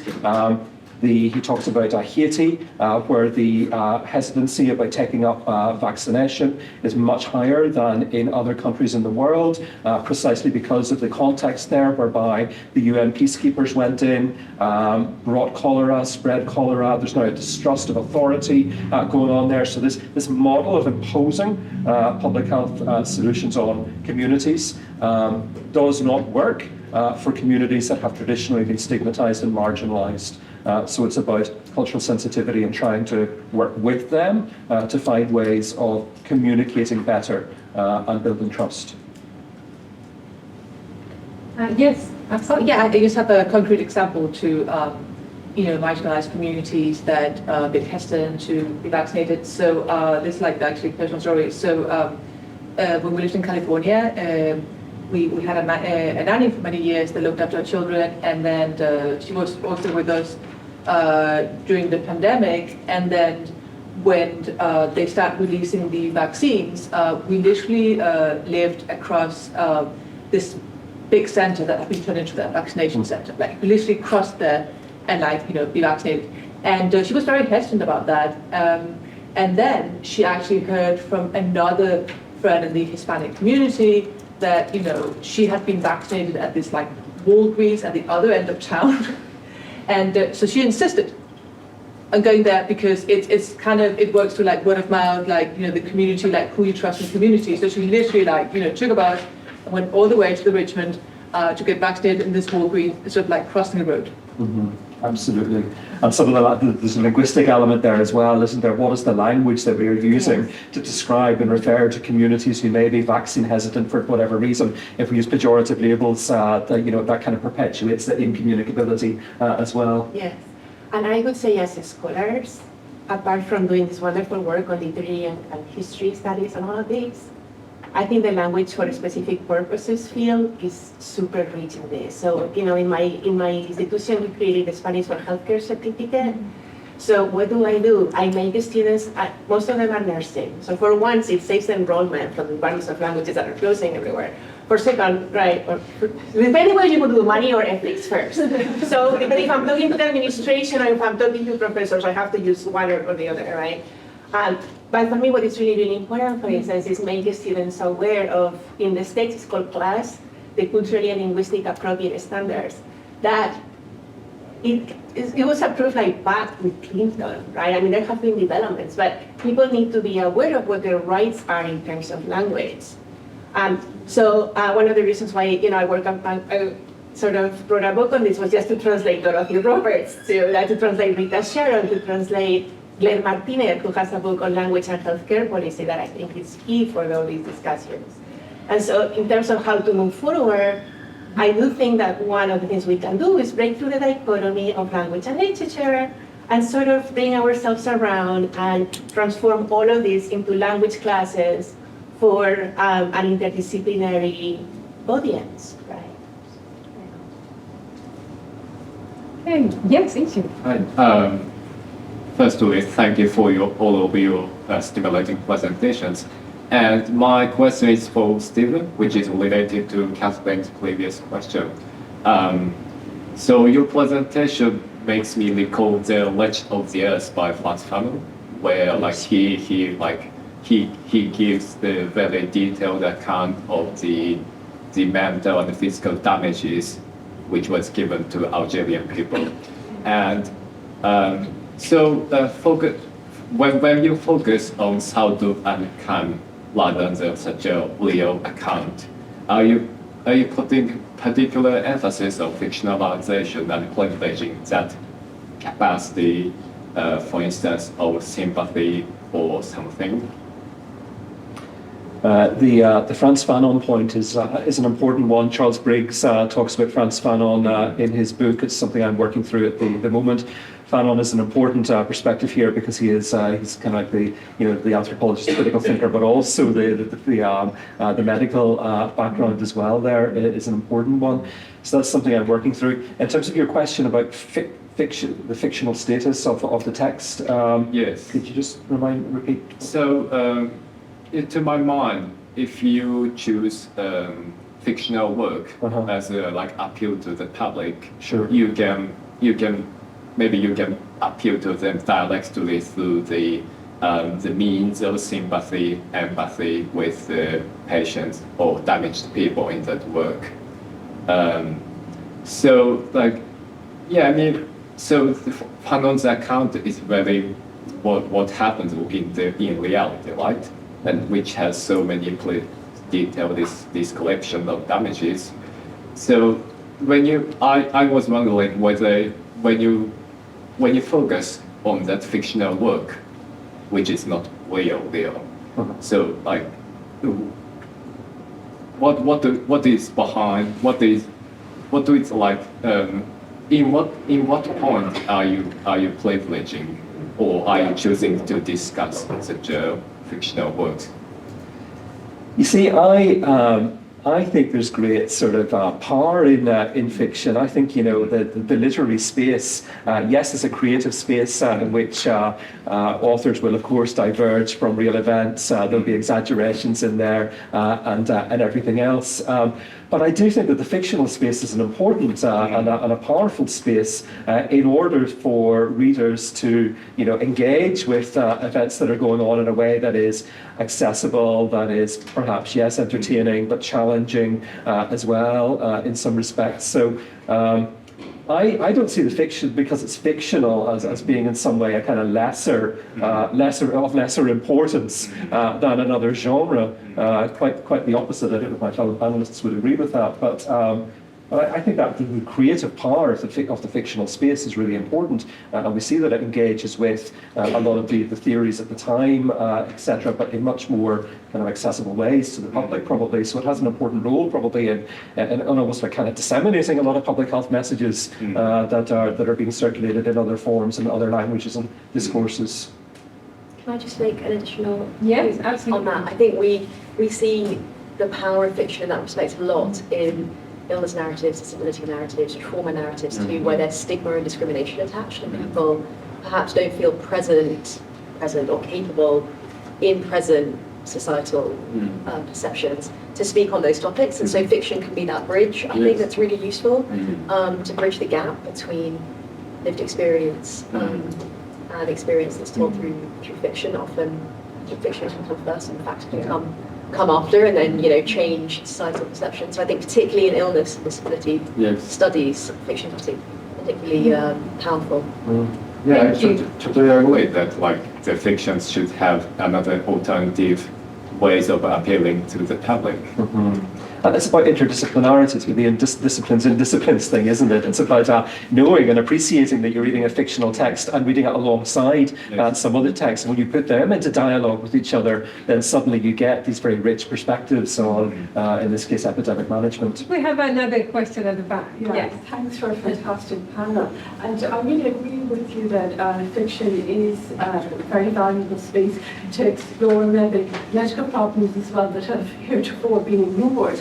But I just wonder, could we approximate to a more kind of scientific understanding of it, in the sense of, have there been any reception studies of readers or students' assimilation of medical fiction? Because I just think of, it's something I came across years ago about how reception actually happens is that sometimes the inscription of meaning doesn't always meaning that the reader will agree with the meaning inscribed in the text. So you have hegemonic, they agree, negotiated, they agree with parts of it, disagree with others, and oppositional, they disagree with the whole lot. And I just wondered, or maybe perhaps in your personal experience, particularly Natalia, have you come across that they actually don't absorb the text in the way that the author intended, or the way that the teacher intended? I mean, both from a literary and a pedagogical, both from those perspectives, yes. So I personally didn't find the narrative, what's it called, the medical narrative model necessary, enough. So I mixed it up with Harvard University Doris Sommer Cultural Agency one. And so what I do, because again, right, I created this for the students, and it's always to be an exercise of listening, but also help those patients, right, create their own narrative, right? And this goes with, why would we refer to somebody as diabetic? They are not diabetic. They are not only described or identified, but they have diabetes, right? There's a lot of going on with this. So what I do is like specific exercises where, I don't know if you guys know it, there is this anthology of texts of Hispanic medicine. It's called Vivir con Salud. And so it's like a great, again, right, from up there, like all these authors have at different points and all of that. And so I ask the students to interview somebody who has had some sort of challenging experience, right, and think in advance about what text would fit them, right? And so they either read it or they give it to them to read. And the important question is, how does this text cover your experience and how does it not? So they talk about how the text covers the experience, right? And then they are asked to create something on their own. Because again, to me, this is all about their narrative, cultural agency. And again, I owe Doris something a lot for this. And so it's extraordinary. I actually published one of the poems from one of the students' grandmother, I think. And it was something like, my illness is now defining me, I am doing this. So again, it is extraordinarily rich, everything that we do, right? And all these literary texts are there. But that should not be what defines them. And so I think it's really important. First, I am an LSP person in language for specific purposes, so it looks like I'm giving a political meeting, but I would really sort of encourage you all to sort of think how you can use all your literary historical backgrounds to really reach out to other disciplines, and then do that exercise. It's like, this is what we have. Talk to them and ask them what is their narrative? What do they do with this, right? Right, I think I'm very conscious of time. So, do we have another question? Or maybe mingle while we have tea and coffee? Shall we go through for tea and coffee? Let's do that. Yes. Yeah. So, join me in taking the speakers again.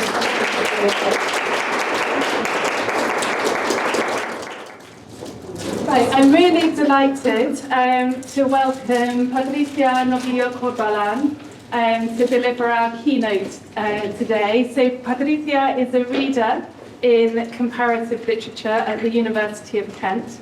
Her research is located at the intersections of modernist studies, comparative and world literature, and Latin American studies. She is the editor of the pioneering volume on Latin American and Iberian perspectives on literature and medicine, which was published by Routledge in 2015.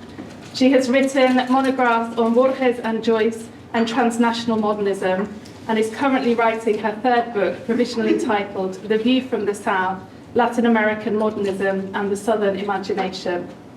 Her special guest issue, the Magazine on World Literature, co-edited with Francesca Orsini, came out in the Journal of World Literature in 2023. So I'm really delighted to welcome Patricia to be talking today about Portraits of the Plague, Yellow Fever, as global health challenge. Thank you.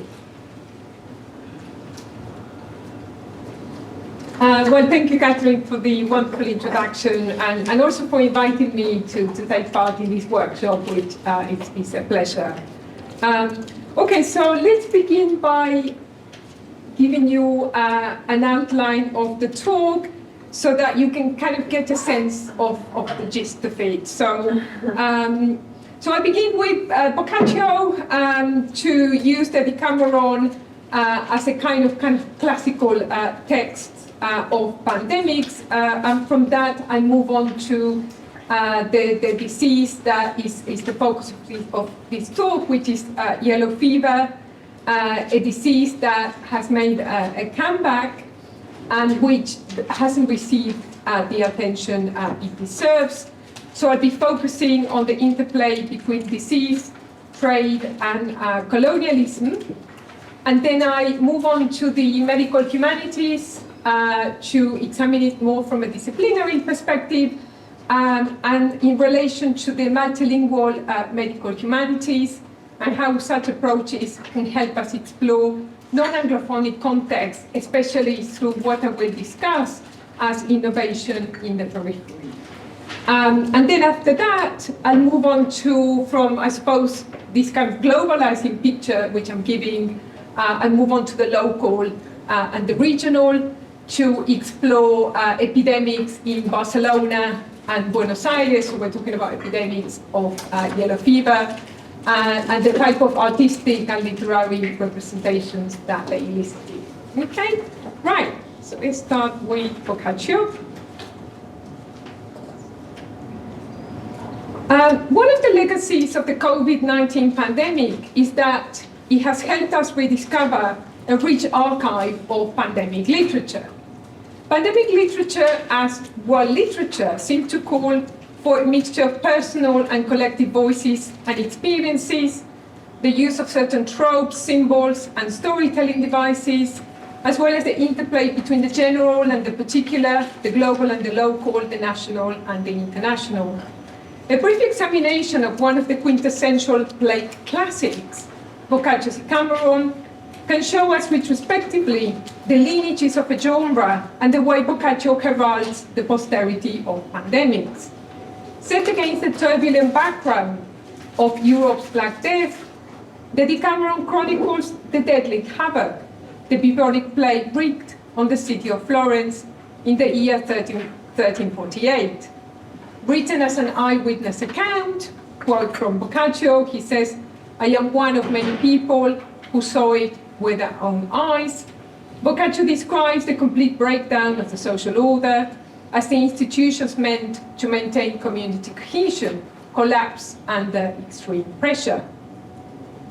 Orphaned by the disease, and thus writing from the wounded perspective of the survivor, Boccaccio's devastating vision of plague-stricken Florence universalizes and narrativizes the global pandemic. Derived from the ancient Greek word pandemos, where the prefix pan denotes all, and demos signifies people, pandemics disrupt territorial borders by spreading indiscriminately across the globe and infecting entire populations. However, critics have noted the oxymoronic nature of the term, and I'm thinking of Stephen Wilson here in his recent volume. Pandemics are hardly equal in the painful socioeconomic differences they expose, betraying systemic imbalances and inequities if one takes into account mortality rates and access to vaccines and healthcare. We can then say that the Decameron is clairvoyant in the way it predicts the moral and social malaise afflicting societies under the duress of disease and the ugly mirror they tragically hold to society at large. Boccaccio literature, Boccaccio tells us, can act as a refuge to the chaos and mayhem brought by pandemics, insofar as crises can bind together people together through storytelling and shared experiences. Similarly, Boccaccio uses the ubi sunt motif, the yearning for the memory of the dead, as a means to foster community togetherness and ensure that collective memory endures in an effort to ward off future amnesia. Admittedly, of course, the Decameron's potential for cultivating community cohesion is undermined by its narrative focus on a privileged group of aristocratic Florentines fretting about their fine wine and luxury food, rather than every stratum of society, as in Chaucer's Canterbury Tales. So, fast forward 700 years later, we can draw transhistorical parallels with COVID-19, where the temporal distance between medieval and modern epochs impalpably dissolves to reveal overlaps and continuities, raising similar social, moral, medical, political, and economic questions concerning the imposition of quarantine restrictions, the unequal distribution of resources, the fear of contagion, and the question over the burial of the dead. In a post-COVID-19 era, historians of disease have asked perhaps the most important question of all: what lessons can we learn from pandemics, past and present, old and new? Gerard Delanty writes that the simple answer is that epidemics and pandemics are unlikely to disappear. He suggests that rather than pursuing the hubristic goal of total hygienic containment of disease, we should instead accept our vulnerabilities, suffering, and susceptibility to catastrophe. While praising the remarkable feats of science and medicine in wiping out major diseases, albeit predominantly in countries in the global north, but not so much in the global south, he cautions that globalization and climate change remain the biggest threats in the new era of the Anthropocene, profoundly impacted by human activity on the Earth.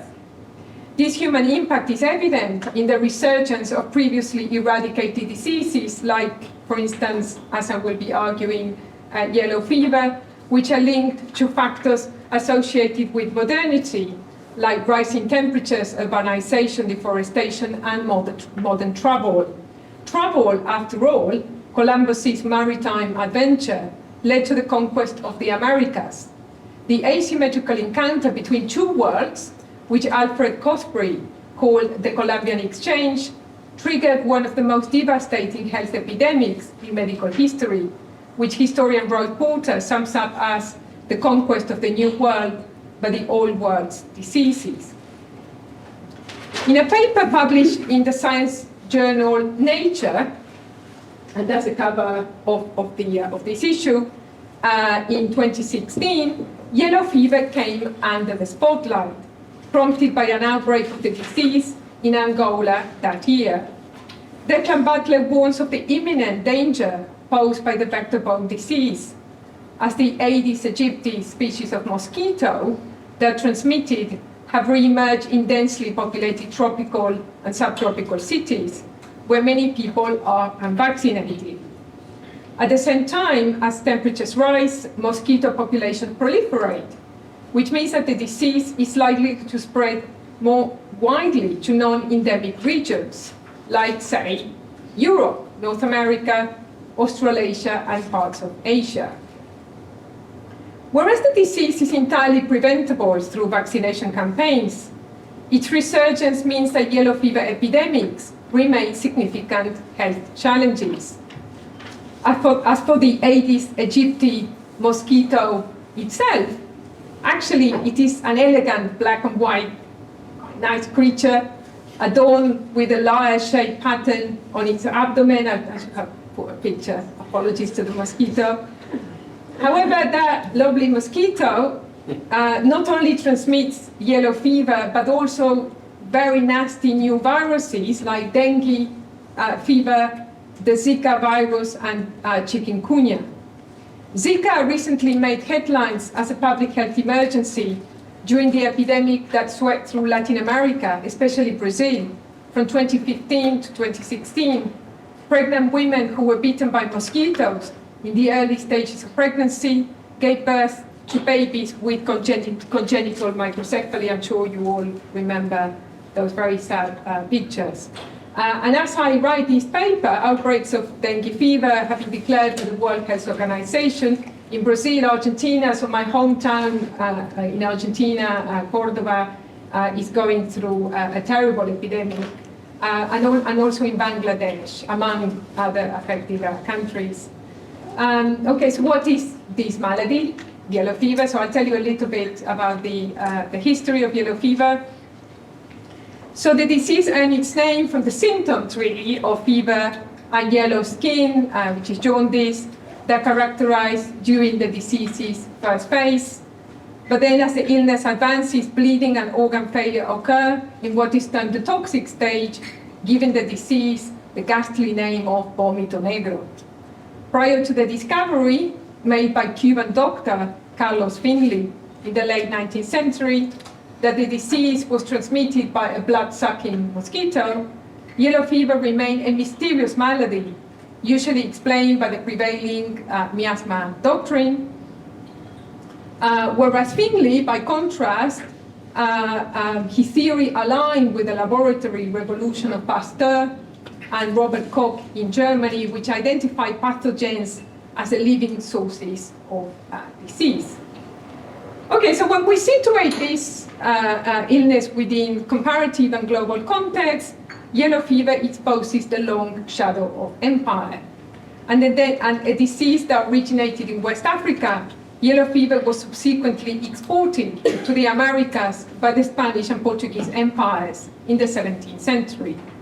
As Michael Olstone tells us, the disease traveled aboard trading ships, carrying enslaved African peoples, as well as the resilient mosquito vector, which withstood long transatlantic voyages by breeding in barrels and water pools aboard the trade vessels. From the 17th century to actually the beginning of the 20th century, yellow fever was considered one of the great New World plagues, first in tropical and subtropical cities, such as New Orleans and Havana, and later throughout the Americas. As a consequence, the complicated story of the spread of yellow fever worldwide may be best understood not as a single narrative of disease, but rather, as Mark Harrison argues, I think that's put there, as a noted global entanglements of commerce and empire. So yellow fever's zigzagging spread from Africa to the Americas and then back to empire, to Europe, amounted to a threat to worldwide commerce as ships unknowingly transported the deadly mosquito from port to port. Given that empire was coterminous with commerce itself, its global trade networks facilitated the exportation of yellow fever. At the same time, yellow fever falls under the umbrella of tropical medicine, an imperial discipline that arose out of the desire to conquer peoples and places in the name of progress. According to Francisca Holmes et al., tropical medicine is a problematic term that slips between its geographical delineation and its imperial heritage, even as its use persists, including in the names of prestigious institutions, and we've got right opposite us the London School of Medicine, of Tropical Medicine. Similarly, Paul Farmer notes that diseases like malaria and yellow fever have been previously obscured by an uncritical use of the term tropical medicine, a term that implies a geographic rather than social topography. Another problematic aspect of the history of tropical medicine that concerns this paper is a relative absence of Latin America from the story, as historian Julian Pierre has observed. He argues that despite the fact that Latin America has experienced some of the most catastrophic epidemics of the last 2 centuries, well, no, more than 2 centuries, the bulk of the research has predominantly focused on the British, French, and Dutch colonial empires. Therefore, Latin America deserves a more thorough examination in this subfield of research, so that one adopts, and I mean this in relation to various histories of disease, so that we have truly global histories of disease through more comprehensive understandings of these global health challenges. So now moving on to the medical humanities, because I think that when considering global histories of disease, we need to address how the medical humanities has reoriented itself to keep abreast with today's global perspectives in scholarship and other significant critical turns. In this sense, I welcome the recent shift of the medical humanities from a primarily Anglo-centric field of study to a more globally oriented, outward-looking field. Despite its relatively short existence as a discipline, the medical humanities has gone through several distinct waves. According to Anne Whitehead and Angela Woods, it has transitioned from mainstream to critical and is now steadily gaining momentum as a global field with the aim of transcending its rigid Anglophone roots. This shift presents significant opportunities for scholars wishing to take this growing interdisciplinary field in exciting new directions. In particular, it invites the articulation of new approaches to decolonize, diversify, and internationalize the field, not just in research, but also in the classroom, as critics like Anne Hawkins, Marilyn McIntyre, and Fiona Hamilton have persuasively shown. Within the Latin Americanist field, there has been a concerted effort in recent decades to broaden the medical humanities by rereading medical histories from Latin American frameworks. Nowhere is this more relevant than in the work of the influential historian Diego Armuz, whose nuanced work explores the dynamics of disease, the national state, and state-building processes in the Latin American nations. Equally significant, too, are the critical interventions that challenge the dominance of European and North American histories of health and disease. Some scholars have demonstrated that, despite being geographically situated in the periphery of the West, Latin America was not isolated from the international scientific community. And I'm thinking here of scholars, I think I have some of the book covers, Marcos Cueto and Stephen Palmer, Mariola Espinosa, and Nancy Stepan. Thus, these scholars have emphatically underscored the importance of the periphery in medicine and innovation, while highlighting the crucial role played by Latin American scientists in the discovery of new cures and diseases. The spatial expansion of the medical humanities has also meant that greater attention has been given to the relationship between literature and medicine, and also world literature in this case. In the 2010s, my own scholarship aimed to give the medical humanities a transnational spin, which is how my edited collection, and I'll move on to, oh no, we're still here. My own edited collection, Iberian and Latin American Perspectives on Literature and Medicine, was born, stemming out of an international conference held at the University of Kent in Canterbury in 2011 and funded by the Wellcome Trust. More recently, the multilingual medical humanities, championed by researchers leading the Polyphony Project, led by Jordan McCullough, I think you're there, yes, and the Reading Bodies AHRC Research Network, brilliantly led by Catherine Murphy, to which this presentation is attached, are two notable examples of research collectives whose overall aims include engaging with minority and non-Anglophonic cultures and discourses that offer alternative perspectives of health and disease. Apart from decentering the supremacy of English, multilingual approaches reclaim the power of languages, enabling the critical scrutiny of colonially inflected terminology. For example, the origins or etymology of problematic or unsatisfactory nomenclature. According to Piotr Blusemski and Stephen Wilson, multilingual approaches and sensitivity to language result in a broadening of social, cultural, and medical understandings. Such approach would also involve fostering genuine collaborative efforts between scholars from the global north and the global south. Although I'm mindful that the vision for more globally inclusive and multilingual medical humanities that I advocate in this essay is in some ways limited by my own position as an Argentine academic based in a university in the global north. Although I still strongly believe in the potential of these scholarly engagements to spark fresh conversations within the medical humanities, enabling the field to enrich itself by fostering further research, debate, and collaborations.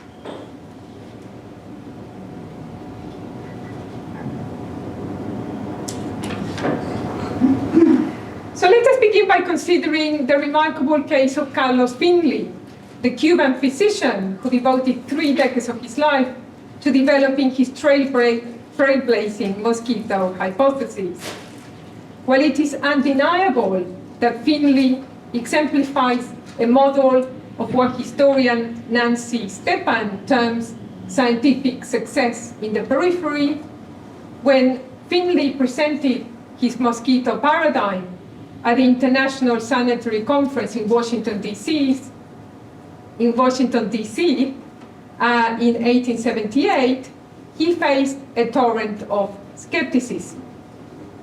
Fellow scientists dismissed the preposterous idea that a tiny mosquito could be the culprit behind a fatal disease such as yellow fever. When these scientists asked questions, Finley proudly showed them the dozens of glass tubes filled with mosquitoes he had assiduously collected in his humble laboratory in Havana over many years. Ironically, though, despite having a laboratory filled with mosquitoes, Finley lacked the conclusive evidence to scientifically prove his theory. Consequently, it remained incomplete and unproven until Major Walter Reed, a US Army physician, and his team of doctors took it seriously and successfully validated it in 1901. With the outbreak of the Spanish-American War in 1898, yellow fever had become a major concern of the US Army, as thousands of soldiers were dying of the disease. When Spain was defeated and Cuba became an independent protectorate under the US, the latter doubled its efforts to vanquish yellow fever, appointing Reed, Major Reed, to lead the Yellow Fever Commission. The successful validation of Finley's mosquito hypothesis had 2 main consequences. The first is the establishment of the US as Cuba's new neo-imperial power after Spain's calamitous exit. By wiping out yellow fever from the island through the introduction of sanitation infrastructure and anti-mosquito measures, America was able to achieve its imperialist aims. This development greatly facilitated its long-term goals, especially as the Caribbean and Central America were becoming a sphere of strategic geopolitical interest. The second consequence was the successful completion of the hazardous Panama Canal, a spectacular feat of engineering aimed at bridging the Atlantic and Pacific Oceans. The Panama Canal was the brainchild of French engineers who had previously succeeded in building the Suez Canal in Egypt. Work on the project began in the 1880s, but it was soon abandoned after thousands of workers unexpectedly died of malaria and yellow fever. Without a doubt, the conclusive validation of Finley's mosquito theory drastically changed the geopolitics in the region by giving America the upper hand in implementing effective measures to eradicate mosquitoes, and subsequently advancing the complete completion of the canal for its own economic and political benefit. Finally, despite the fact that the discovery of the etiology of yellow fever was a result of a Cuban-American collaboration, a heroic imaginary was constructed in the US around Walter Reed's, where the discovery was solely attributed to him, omitting Carlos Finley's major contribution. Mariola Espinosa suggests that the episode not only reveals connections between Latin America and the global scientific community, but also hints at these connections. Cuban sanitarians decried it as a concerted attempt to deny that their compatriot Finley and they themselves were as much members of the global community of public health researchers as were their US counterparts.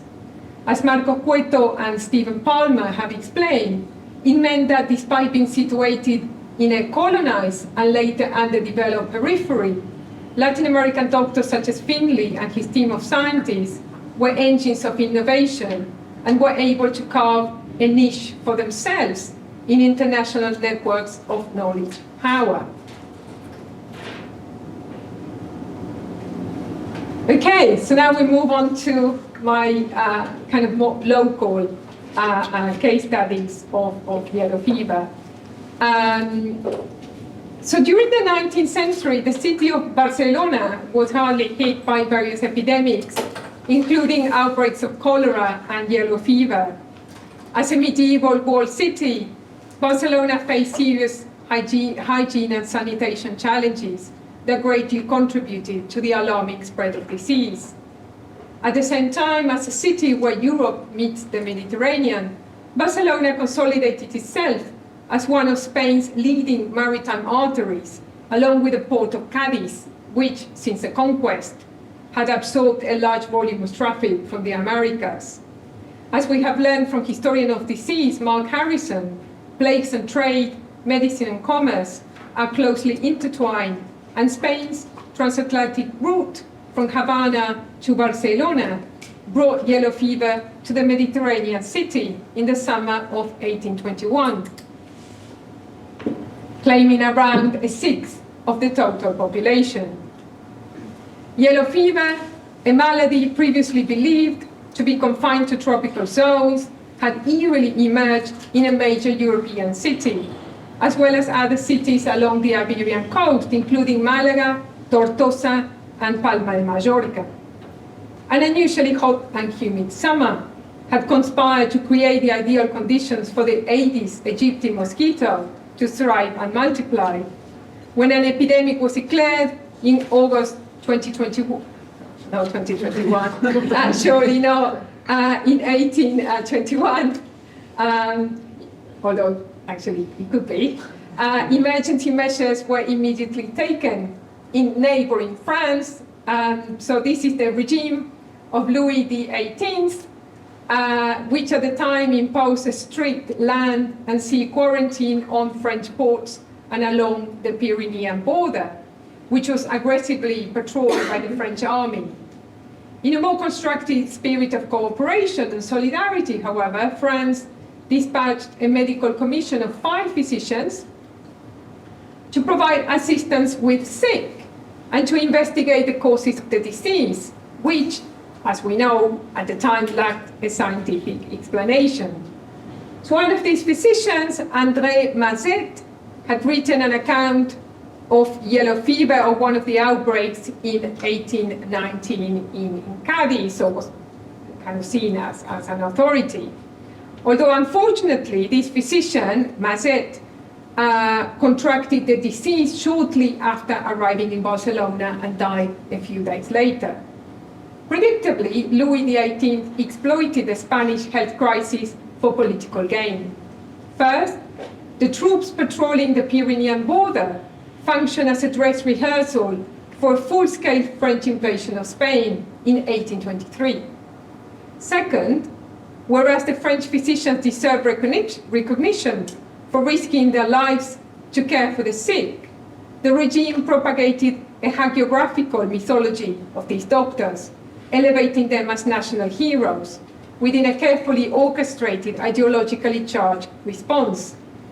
In this respect, Faith McClellan has pointed out that the rise of scientific medicine in the 19th century brought about a marked shift in how physicians were portrayed, taking a definite turn from a stock comic character to the physician as hero.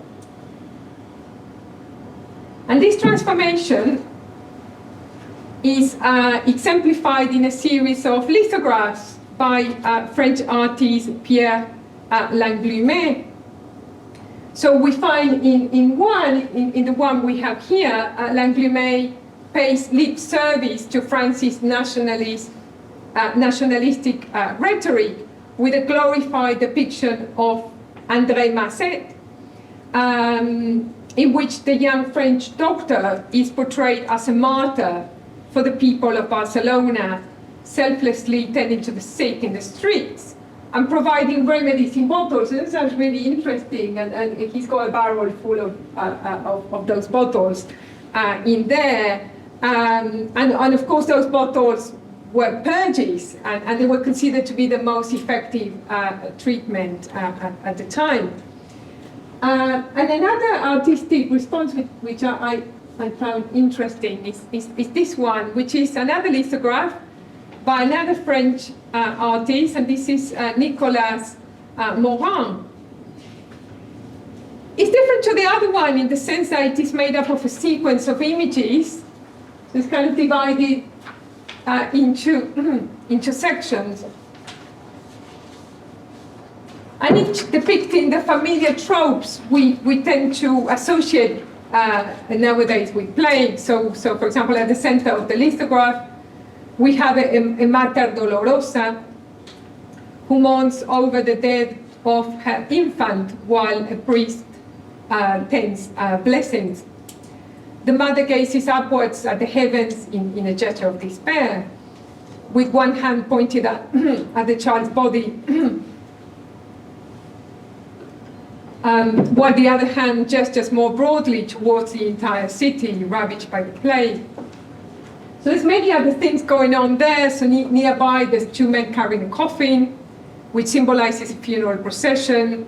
On the right we see the Exodus motif there, so we see people fleeing the city.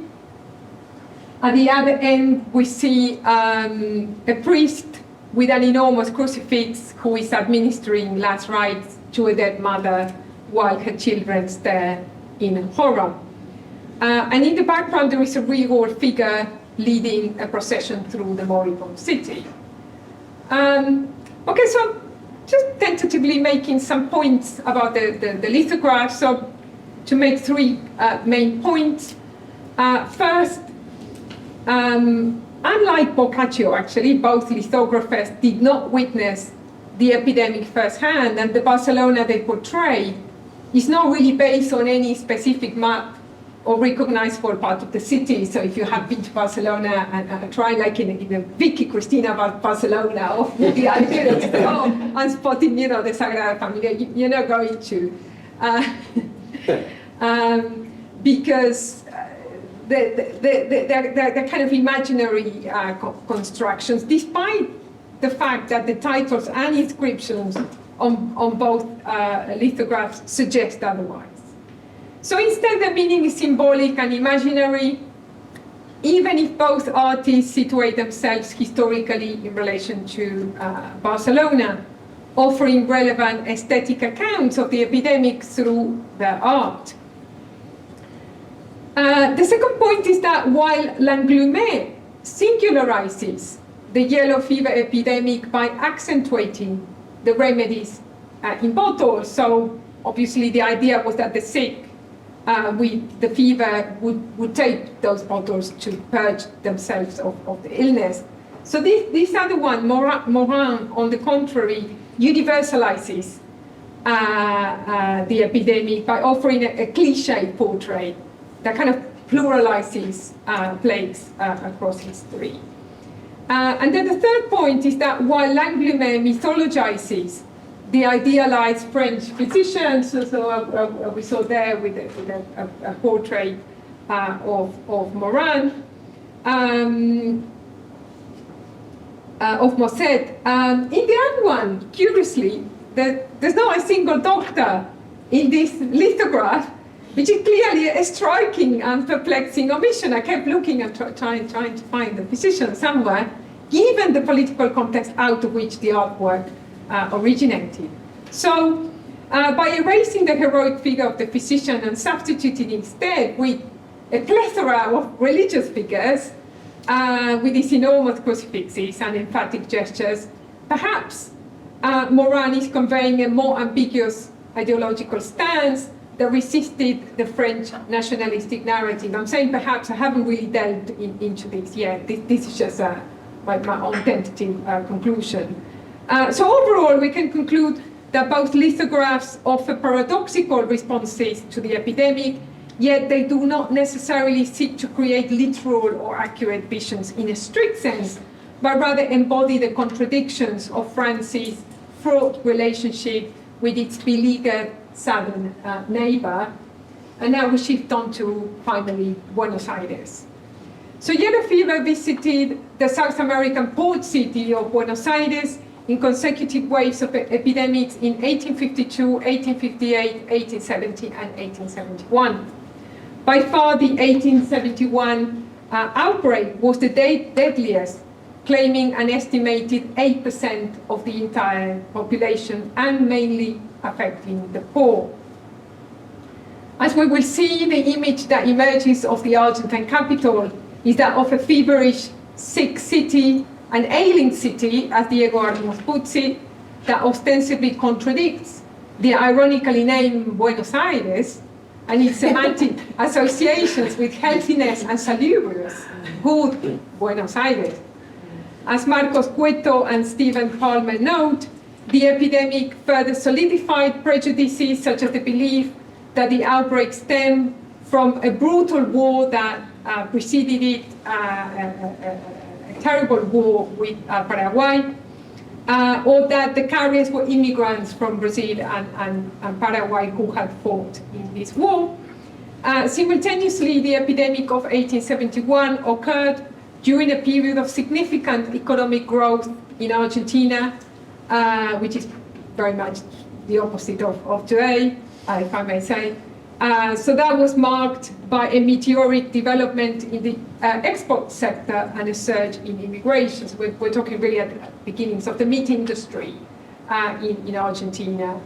Julia Rodriguez adds that the proportion of foreign-born individuals in Buenos Aires back then, which was already considerable at 36% in 1855, surged to 52%, so half of the population by 1895 was foreign-born, with a large majority hailing from Latin backgrounds, primarily Italian or Spanish immigrants.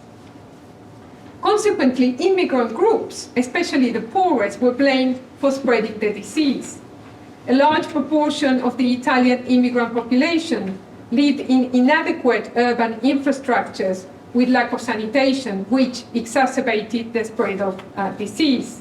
And we can really see a contrast here. So this is the Buenos Aires, the kind of Europeanized city, the so-called Paris of South America, these very grand, elegant avenues. And this is, as I'm going to explain now, during this period, cramped slum tenement buildings known as conventillos, and this is the typical conventillo of the time, sprawl near the city center.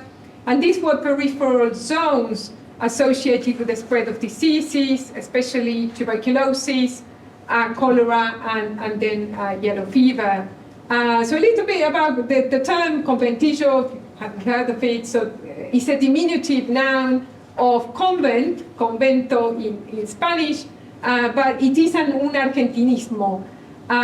So historian James Scobie describes them as patio-style buildings for non-elite groups, typically migrants, and as you can see there, so they have a single street entrance, so kind of number of rooms, so these are just rooms which all lead on to a main patio with all the latrines at the rear of the building.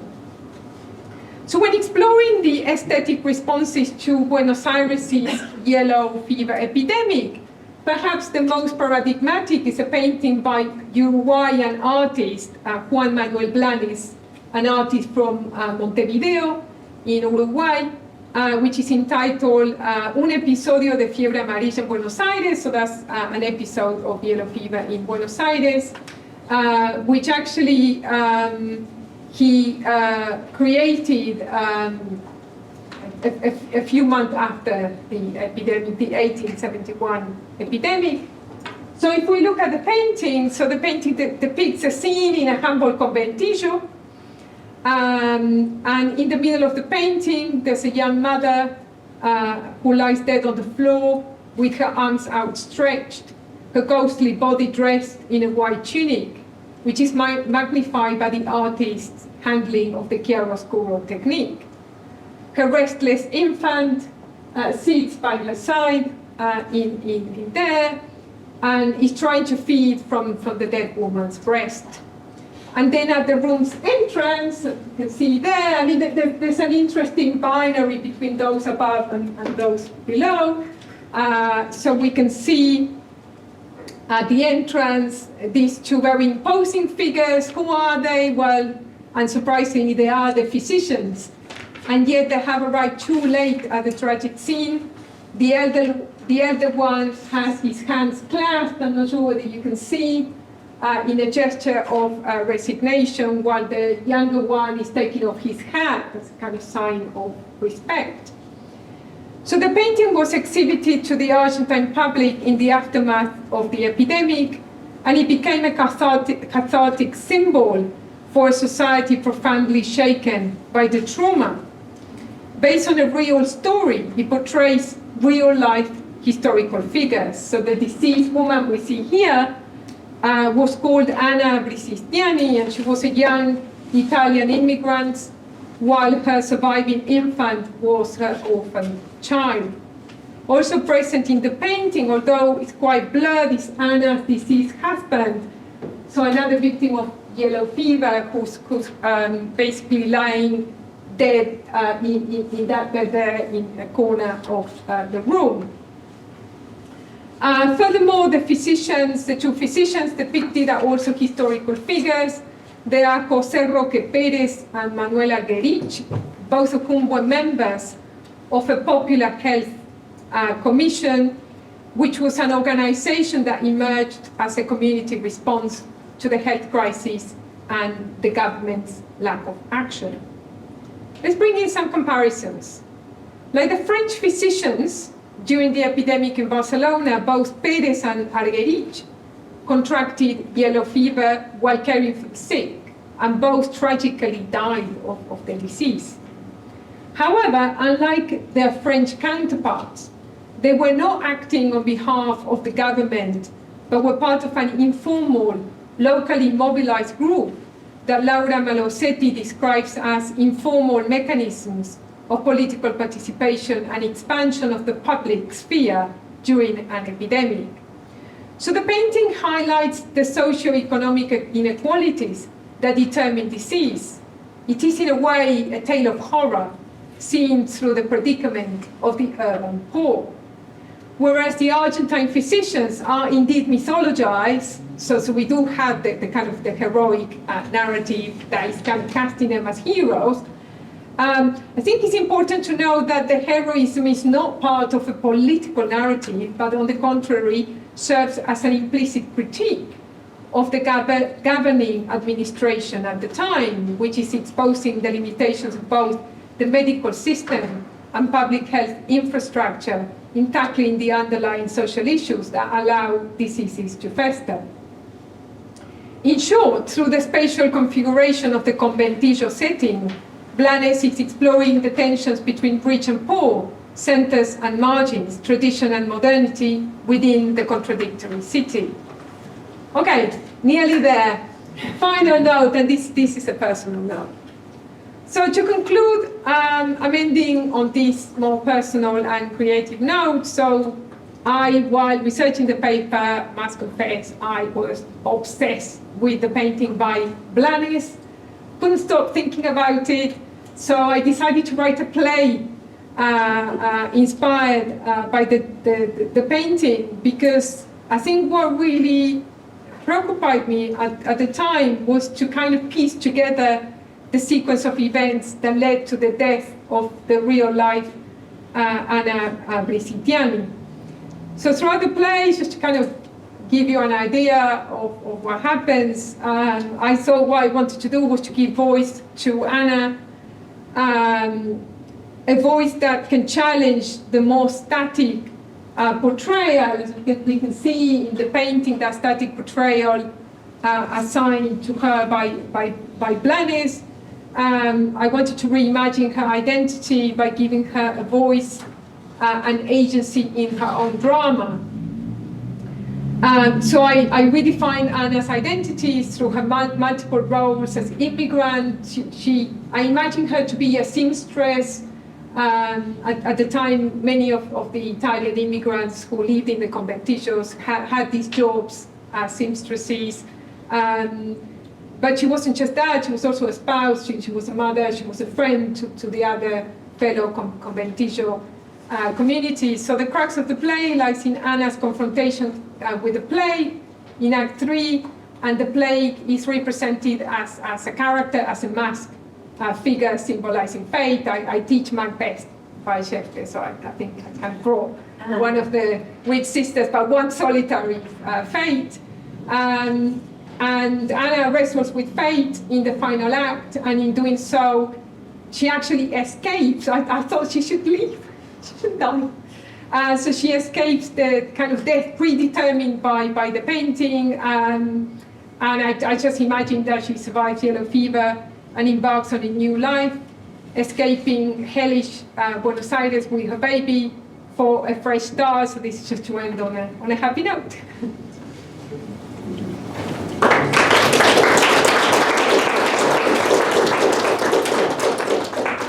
Thank you so much, Patricia, for such a rich and fascinating keynote paper on yellow fever. So I think we have just a little bit of time to open it up for questions. Patricia has kindly agreed to take a few questions on this. So shall we come to the front? Yeah, that would be nice. Yeah. Let's start with Natalia. So I love that you were able to trace how doctors were sort of portrayed in regards to this pandemic. I remember back in 2020, one of my best friends who was a doctor told me, I don't want to be appearing, I just want a mask, right? Yeah. And we talked about hidden white, and I just thought it was fascinating how the pandemic went from tragedy to epic. So much more convenient for governments, you know? Let's not talk about the people that died, let's just make. And it has happened with other things in history. So I thought it was wonderful how, yes, there are doctors, but that's not the only things. I thought that was awesome. So I would love to talk about it. And the other thing I wanted to talk about is there was something in the New York Times the other day about how all of these things, call them whatever you want to call them. You don't want to call them tropical illnesses, they're as well known. They are still not part of the medical curriculum. You know, it's freaking extraordinary. Yeah. So those are the two things.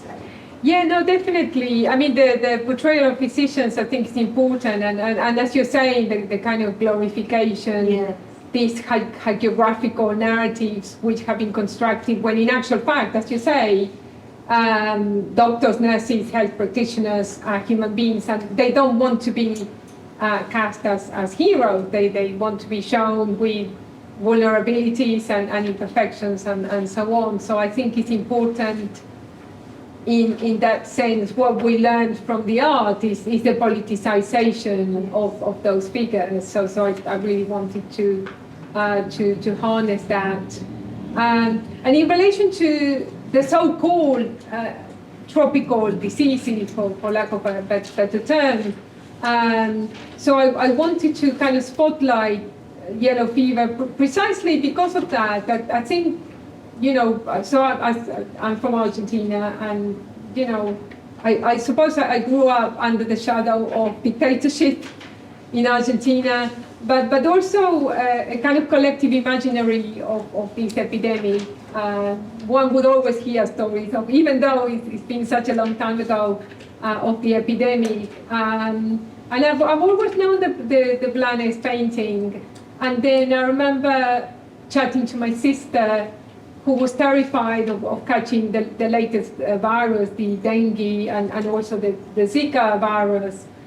And then I was just very curious and started reading about it, and I just realized, Jesus, this is just such a huge global threat. And I think now all these new mosquito viruses are under, you know, have been under the radar of the World Health Organization. And I just felt that, you know, it's very important to raise awareness in that sense. Hi, yeah, I just want to ask how moralized was yellow fever? Because you have mentioned a lot, you know, these contrasts between Buenos Aires, that's always seen as a more European city, being invaded by, you know, these immigrants that brought the disease, and the contrast between France and like Spain that was still seen as less modern. So was it, because I think, we keep moralizing about epidemics. I think, famously with the HIV epidemic, to a certain extent COVID-2 very much. So how was yellow fever described? Was it seen as some kind of divine punishment or something that you could get was it like bad yellow fever and good yellow fever? Or? Yeah, I mean, I think what's interesting is the kind of the global flows of the disease. I mean, that's a great question, because I first, as Catherine knows, I was going just to write a paper on yellow fever in Buenos Aires and Barcelona as 2 case studies. But I think I became much more fascinated by the kind of globalization of the disease within larger global health histories of disease than my case studies, which I kind of neglected. But I will give more attention, obviously, for the publication.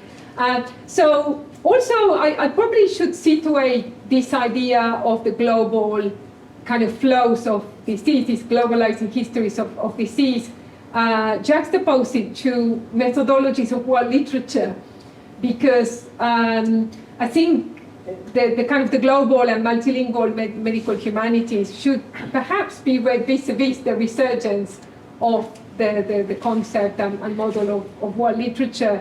And I suppose one is trying to integrate these different methodologies, but the global histories of disease, which we kind of takes us back to your question, shows us these trajectories and these kind of narratives also of exclusion and stigmatization.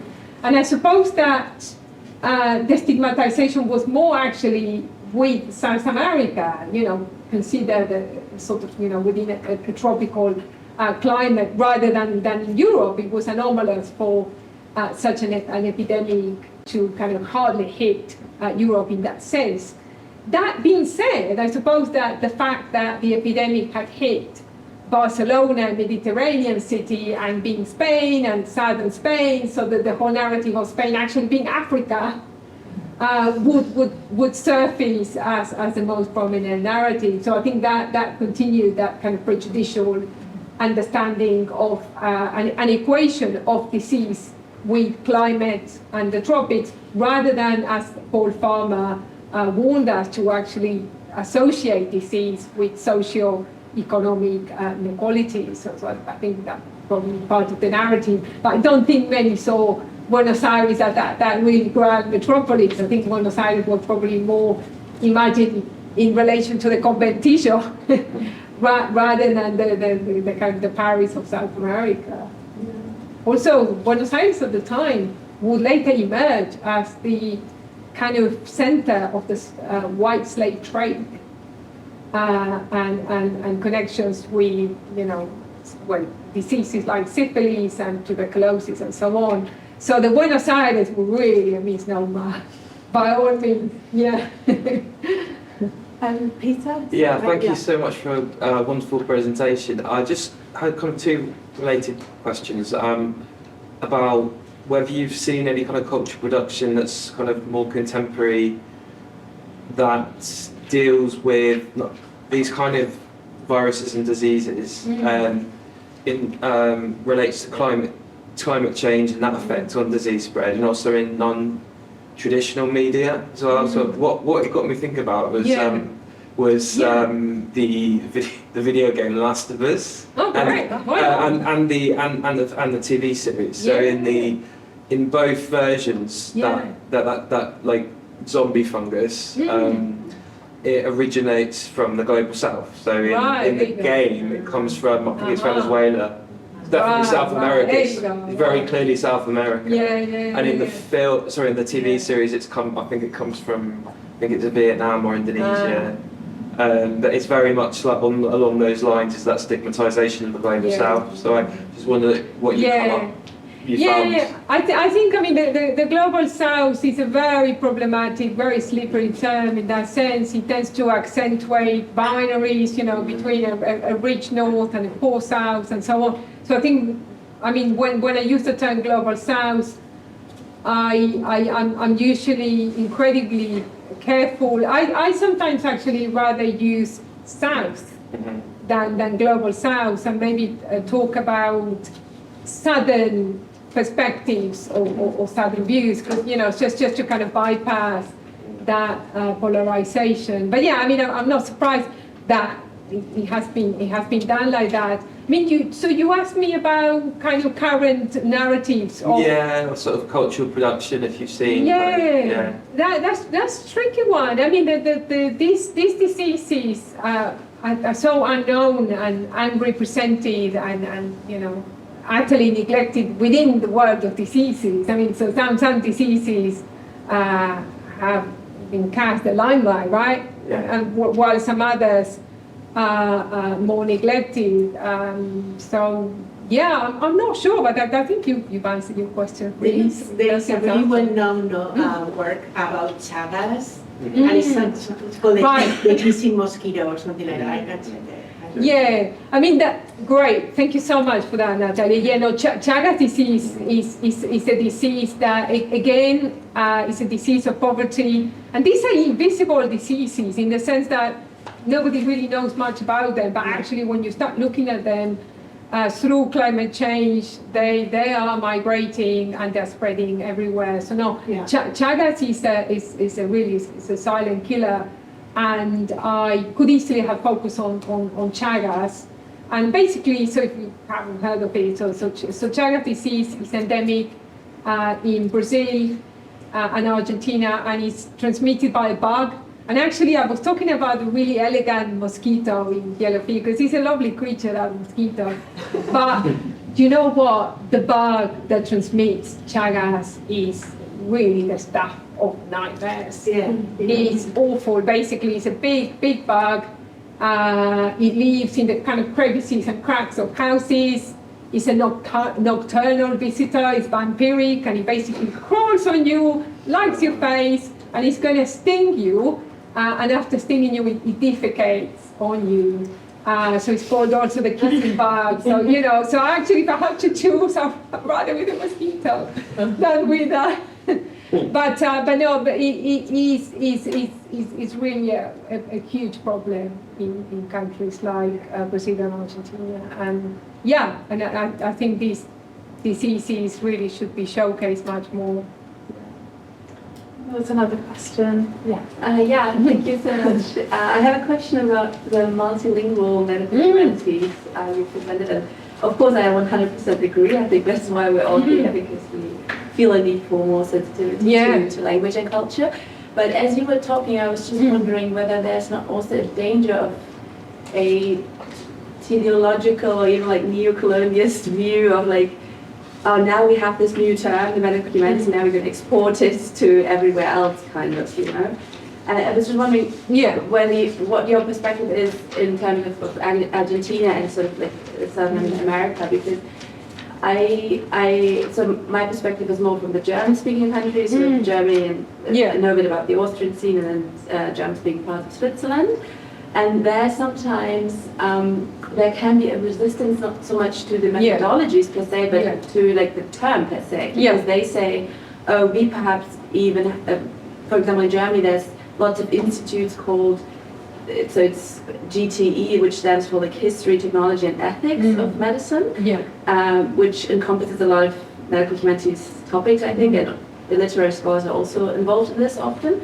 And so they sometimes say, well, we have these institutes, why should we name, you know, they just don't want the English word kind of, but they are very open to the ideas and to the scholarship. And so, that's just a problem I see of like, how much we should promote this term, or what do you think about this? Yeah, no, definitely. I mean, you don't want to impose nomenclature onto what others have been doing with different terminology or under different rubrics or fields or subfields. I think the point is more to have a kind of inclusivity of incorporating various parts of the world, because I do feel that there is a kind of culture of exclusion. So, like when I edited my collection in 2015, So, the medical humanities was rising, it was purely Anglophonic, and I really felt excluded from those debates and conversations. And I remember thinking, okay, the only intervention I could make in this field, well, not the only, but the main intervention I could make was actually by giving it this transnational spin and bringing in different voices and perspectives. So, so when we're talking about kind of these global histories of health and disease, you cannot just have primarily kind of Anglo-centric or Eurocentric histories, because, otherwise you're basically eliding the disease such as the one I was talking about today. No attention would be given to those diseases, or sometimes the attention is primarily focused on specific areas. So I think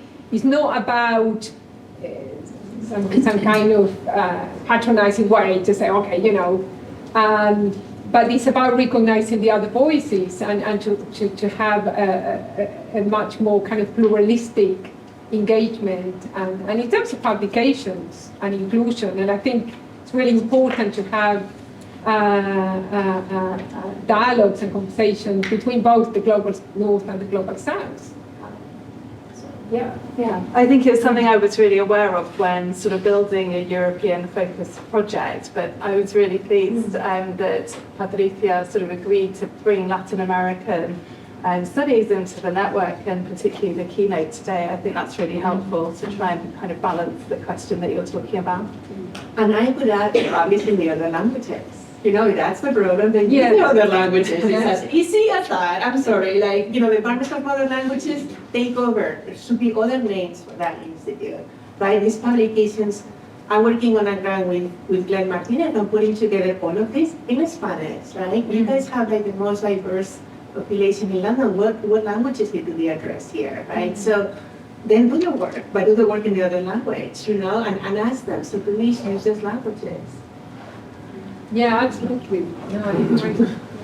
Okay, so thanks very much for your questions. I think we better move on from the zombie fungus and the and we'd like to invite all of you to join us for lunch in the next room. And so everybody's invited for the buffet lunch. So please come through. All right. Well, hope you had a nice lunch and an opportunity to talk to other colleagues and friends.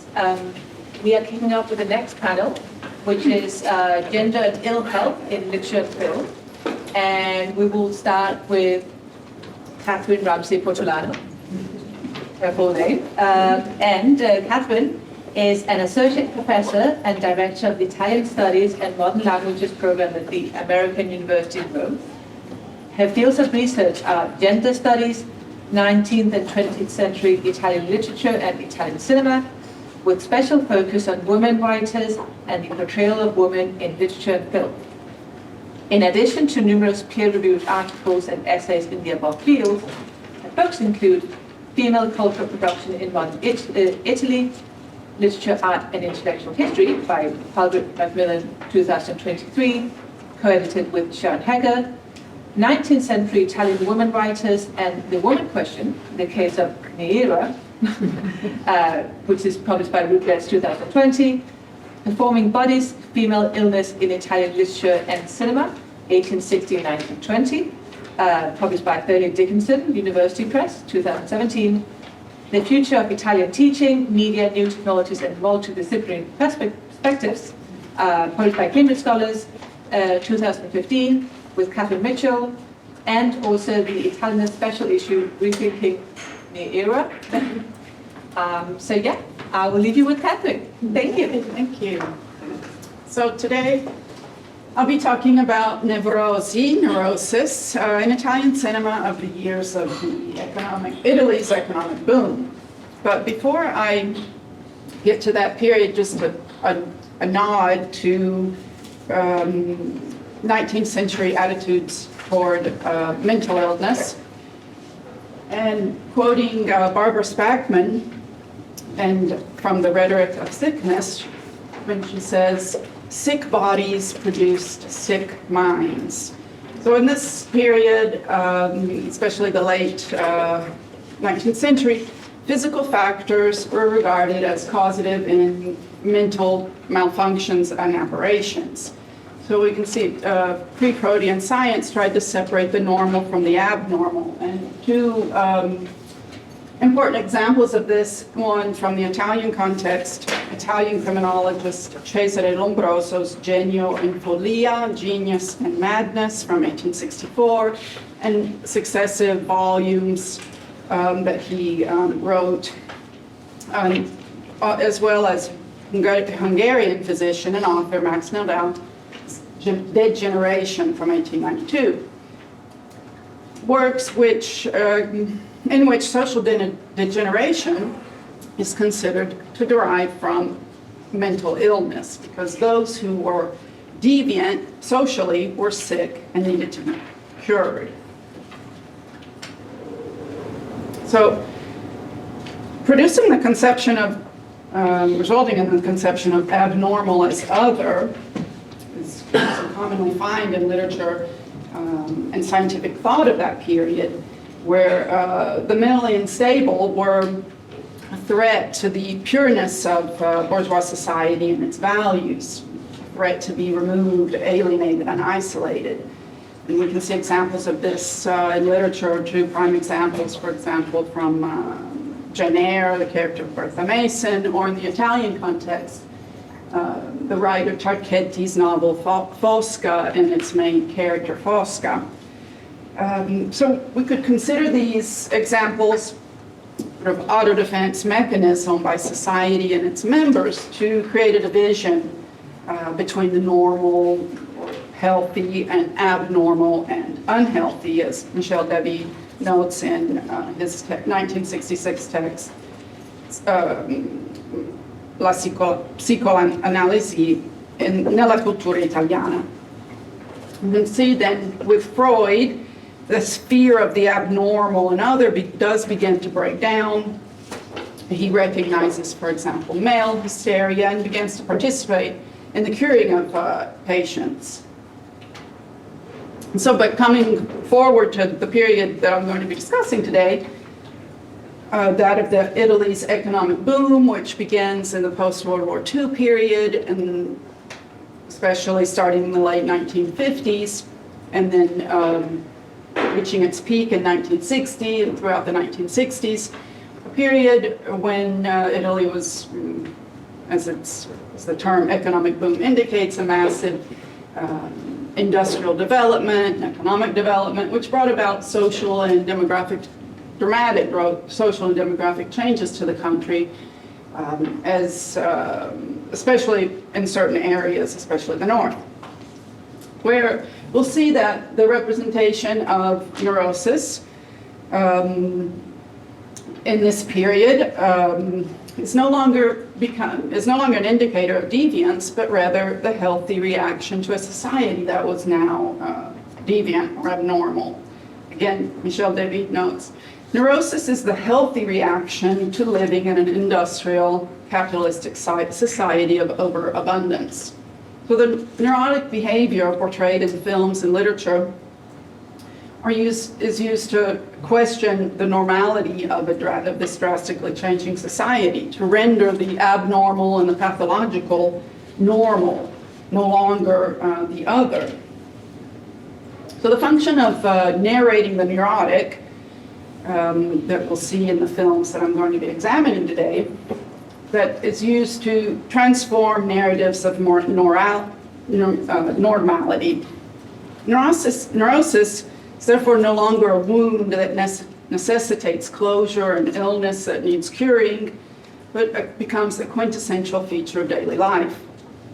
So expressed in narratives and through fictional characters, neurosis allows for seeing the subversive potential of these often liminal, marginalized figures.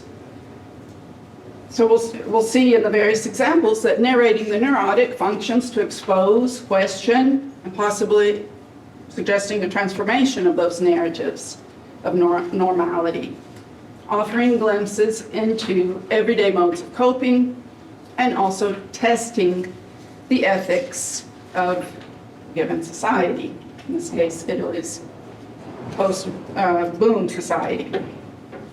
So I'll also look at neurosis as psychological turmoil. So the characters suffering from anxiety disorders reflect in those ways their inability to adapt to changes, aspects of a changing society that perhaps, is suggested one could not be forced to adapt to. For example, pollution, a very serious issue in those years that was poisoning society, literally. Corruption that leads to cases of injustice, exploitation of man's labor that destroys the sense of worth and place within society, and greed that leads to an imbalanced relationship with people and possessions. So the films that I'm going to be looking at are first one by Michelangelo Antonioni, Deserto Rosso, The Red Desert, from 1964. And then a trilogy, what's been referred to as Trilogy of Neurosis, by Elio Petri, 3 films from 1970 to 1973.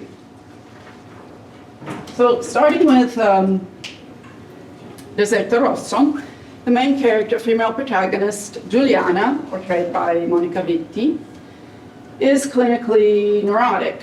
And she was in a car accident, institutionalized for a period of time, during which we're told she also attempted suicide.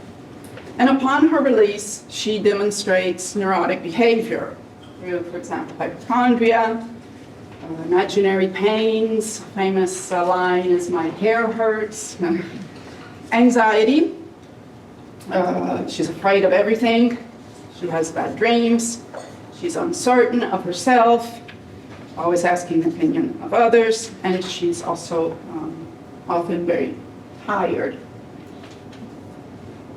So we could rephrase Spackman's quote, citation from before, to say that now sick society produces sick people.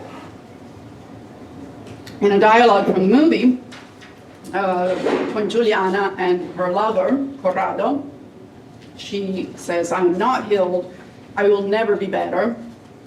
To which he replies, "You think too much about your illness. Instead, it is an illness like many others. We all have them a little. We are all in need of being cured." Giuliana says, "There's something terrible in this reality.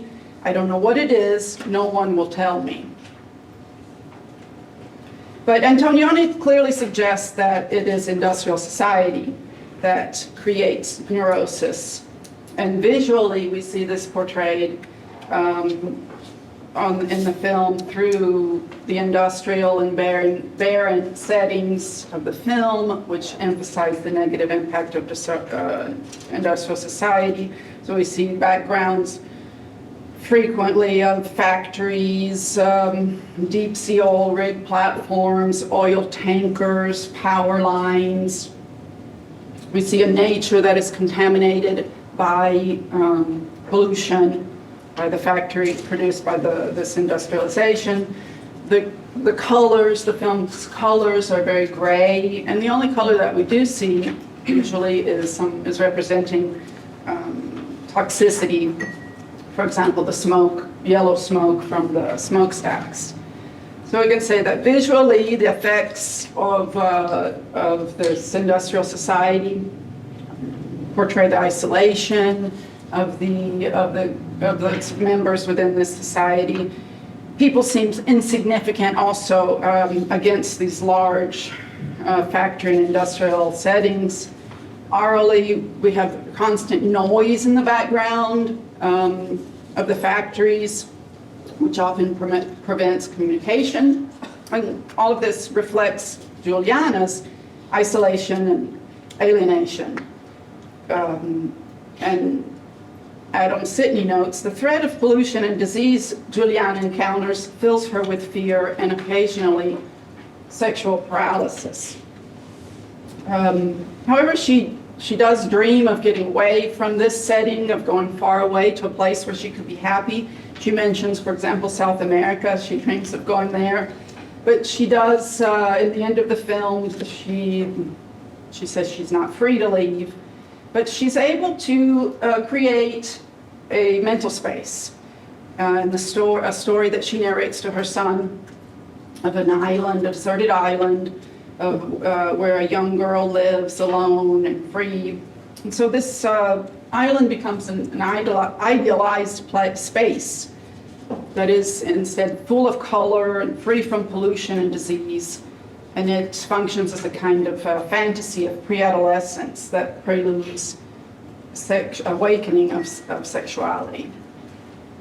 So Antonioni's use of a female character to portray neurosis was commented on by Italian writer and filmmaker and critic Pier Paolo Pasolini. In 1965 he wrote, "In Deserto Rosso, Antonioni no longer hangs his vision of the world as he had done in previous films on a vaguely sociological content, the neurosis of alienation. Rather, he looks at the world through the eyes of a sick woman. By means of this stylistic mechanism, Antonioni freed himself. He can finally see the world through his eyes, because he has identified his own delirious vision of asceticism with the vision of the neurotic." So you can see this through the eyes of a sick woman, how this, you can talk about a gendering of a neurotic aesthetic in the film. So to wrap up with this film, we can conclude that the function of narrating neurosis in Deserto Rosso allows the Antonioni to uncover the subversive potential of a marginalized figure in order to expose, question, and transform, as I was mentioning earlier, those narratives of normality. Her neurosis is used as a tool to critique post-boom Italy's industrial society and its effects on its members. Turning to the next three films by Elio Petri, we'll be looking, these films are each on three themes: power, work, and money. Three fundamental aspects of defining Italian society in that period, distinct but interconnected. Really, one couldn't exist without the other. And we can see how his films portrays the neurosis of a society as a whole, but through the individuals afflicted by neurosis, each one of them suffering from a different kind of neurosis. In the first film, Investigation of a Citizen Above Suspicion, we have the case of neurosis and power, where the inspector of Rome's homicide squad murders his lover and leaving behind clues of his identity for his colleagues to find. His objective is to prove that he is above suspicion. "You will never be able to understand my gesture," he writes in a letter when he does reveal his actions, "with which I intend to underline the concept of authority. You are incompetent." So in this film, we're presented with a society sickened by power.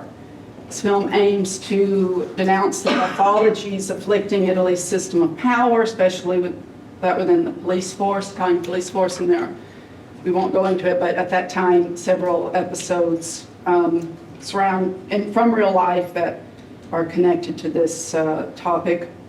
In the film, the main character, who is unnamed throughout the film, says, "The city is sick. Repression is our vaccine. Repression is civilization." And he also says, "We end up resembling each other, the policemen and the criminals." So we could, in the film, Petri suggests that the actions of the protagonist derive from a disease contracted from the prolonged use of power, a disease common to many important people who hold the reins of our small society in their hands, says the protagonist. Essentially, abuse of power. So Petri uses the neurosis of the main character, his neurotic behavior, to denounce and manipulate the promise of the Italian Constitution that no one is above the law. The main protagonist wants to prove that the very system that maintains law and order is flawed, because it ensures the existence of citizens above suspicion. So torn between duty and justice, the neurosis of the film's main character derives from this contrast. He says, I was torn between leading you to me or hiding my guilt. He's said to be suffering from a personality split, a dissociation, a neurosis. So Petri adopts neurosis to expose the injustice and abuse of power within the Italian system of authority. Like Antonioni, he uses a narrative of neurosis to expose, question, and transform what had become normal at that time, leading us to identify instead with the protagonist's dissociated behavior. In the second film of the trilogy, The Working Class Goes to Heaven, we have an example of neurosis and work. In Italy's post-boom industrial society, which has dehumanized man into a machine, an animal with no social ability. In the beginning of the film, the main protagonist, Lulu, thinks only of production and speed, supporting the capitalist production mentality. More pieces that he produces means more profit for the factory. So in a society where money and production determine sense of wealth and well-being, we can see where the factory worker is detached from his work. Lulu says things like, this is a job for monkeys. You can do it too, he says to a new worker. Or he goes to see one of his fellow colleague, a former colleague, who is now in a mental institution after collapsing from working in these working conditions. And his colleague says, wouldn't you like to know what is produced in that factory? A man has a right to know what he's making. There's no solidarity between Lulu and his fellow workers. Lulu again says to the new worker, says, what do I care what your name is? And they too have to scream over the sounds of the factory to communicate. Again, sexual paralysis or dissatisfactory sexual relations are tied to the industrial society. He doesn't feel desire for his wife, instead for a fellow co-worker. On the factory line, he even says that thinking of her is what makes him produce more. He says, un pezzo un culo. When he's finally able to have a relationship with her, Dalgisa, however, it is empty, and they make love or have sex in an empty parking lot of an abandoned factory and are dissatisfied with this experience. She says, I didn't feel anything, only pain. Is this love? It's like animals. So again, the factory work dehumanizes the workers until the worker awakens to the exploitation and rebels. One day, Lulu is injured trying to produce so much, and he loses a finger and becomes, we can say, castrated by the system he formerly supported, and begins to rail against it, telling his fellow workers, we are like machines. I'm a bolt, I'm a screw, I'm a pump, and we need to leave. So in narrating Lulu's neurotic behavior and awakening, allows Petri to bring to light and denounce a system that valorizes money and production over people, system of masters and slaves. Again, leading us to identify with his neurotic behavior and question what the normality of that system. In the last film, Property is Not a Theft, we have a case of neurosis and money. Total, the main character, is a young bank employee who is allergic to money. His opening monologue reveals his obsession, the fight for what we don't have. He converts to Marxism and becomes a thief for ideological reasons, choosing as the object of his persecution a wealthy butcher, as a symbol of capitalism. And he sets out to steal everything from this butcher. Again, his neurosis, his allergy to money reflecting that, his neurosis, but this desire that he sees in others is sickness as well, the desire, the greed that dominates society. Says property more than theft is a disease, to be or to have. I would like to be and to have, but I know it's impossible. That's the disease. The film also denounces how money leads to objectification, mainly through the portrayal of the butcher's lover, with lines like, sometimes I feel like a worker, and he's like a machine, referring to the butcher, that I have to operate. Whenever I make him enjoy, I punch the clock, and he enjoys. But if I want, I can strike. In the end, the film's ending uses the voice of another marginalized figure, a thief, not total, but another thief, who's speaking to a collective group of thieves, says, what would the world be without us? How many people would be left behind if we just decided to stop stealing? It is to us that society owes social order. By stealing in secret, we cover up and justify the thieves who operate covered by legality. So again, Petri adopts neurosis to expose, again, the normality of a situation in post-boom Italy society, this case, greed, to expose and question, denounce that narrative of normalcy. So to conclude, we can see that these films examined demonstrate that neurosis can be productively employed to address various fictional reconfigurations and spectacularizations. We can shift attention away from the psychoanalytical context of neurosis to concentrate on its portrayal and function in a cinematic text, entangling it in debates regarding its cultural implications and meanings. So this reading proposes a conceptualization of neurosis as a form of embodiment, intersubjectivity, and temporality, and ultimately also as agency. Characters suffering from anxiety disorders represent a socially constructed category that derives meaning and social significance from the historical, cultural, political, and economic structures that frame social life, says Everels and Vignani. In disrupting a community organized by unhealthy living conditions, objectives, and values, neurotic characters embody and denounce the malaise within a sick society. The films animate neurosis not as a detriment to personal or communal fulfillment, but as a contingent experience. So neurosis functions as a source of agency and knowledge rather than individual or social liability.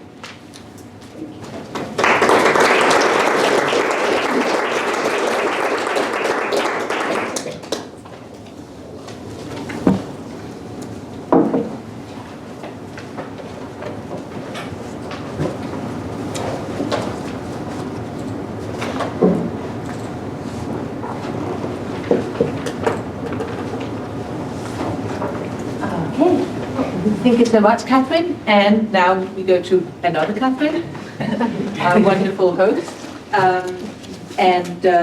Catherine is an associate professor of Hispanic Studies and Comparative Literature in the Department of Languages, Cultures, and Visual Studies at Exeter.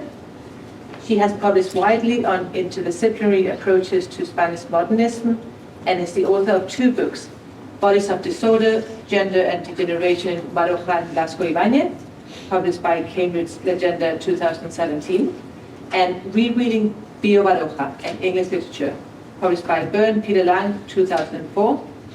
Her recent publications include an article on abulia in Baroja's early novels, and an article on naturalism in Vicente Blasco-Ibáñez for a special issue on the pathological body in Open Library of Humanities 2022, and Reading Bodies in European Literatures and Cultures in the Polyphony 2024, part of the project. Catherine is an affiliate member of the Wellcome Center for Culture and Environment of Health, University of Exeter, and was awarded a UCRI Arts and Humanities Research Council Fellowship for Reading Bodies, which is why we're here today. So thank you so much, Catherine. I'll leave you to it. Thanks very much. So I need to try and stay on time, obviously having told everybody else that they have to adhere to their 20 minutes. Following Catherine's really interesting paper on neurosis in Italian film, my presentation will explore the ways in which theories of neurasthenia informed turn-of-the-century Spanish literature. My paper analyses the representation of nervous exhaustion and its connection with the urban environment in Baroja's Madrid novels.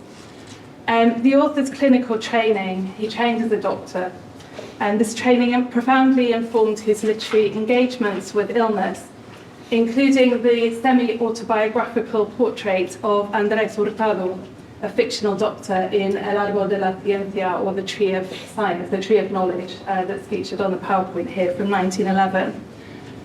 Towards the end of the novel, Andrés becomes exhausted from treating the deprived sectors of Madrid society in his role as a sanitary doctor, and he burns out, finding himself unable to continue working as a physician. So I'd like to consider this portrait of neurasthenia in the context of the medic as caregiver, as an example of Baroja's interest in fact, the human experience of illness. And so I'm going to argue that Andrés Hurtado experiences symptoms of neurasthenia and urban exhaustion. So as many of you will know, neurasthenia was widely debated during the fin de siglo, or fin de siècle. The term neurasthenia was popularized by the American physician George Miller Beard, who argued in his 1869 essay, Neurasthenia or Nervous Exhaustion, that it was provoked by modern civilization. Steam power, the periodical press, the telegraph, the sciences, and apparently the mental activity of women. So the causes of neurasthenia included foregrounded the urban environment, new technology and social change, and the interpretation was obviously gendered in this kind of discourse.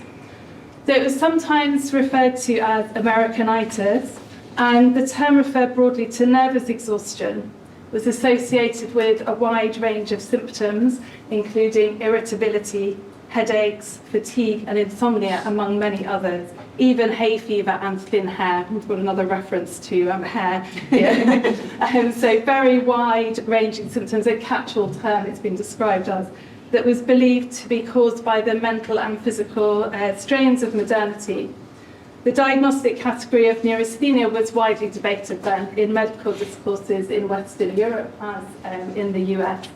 And Schaffner has written about this. She describes the prominence of neurasthenia in the late 19th century as a baggy and infinitely expandable diagnostic concept, one of these useful umbrella terms that were kind of used beyond the immediate kind of context.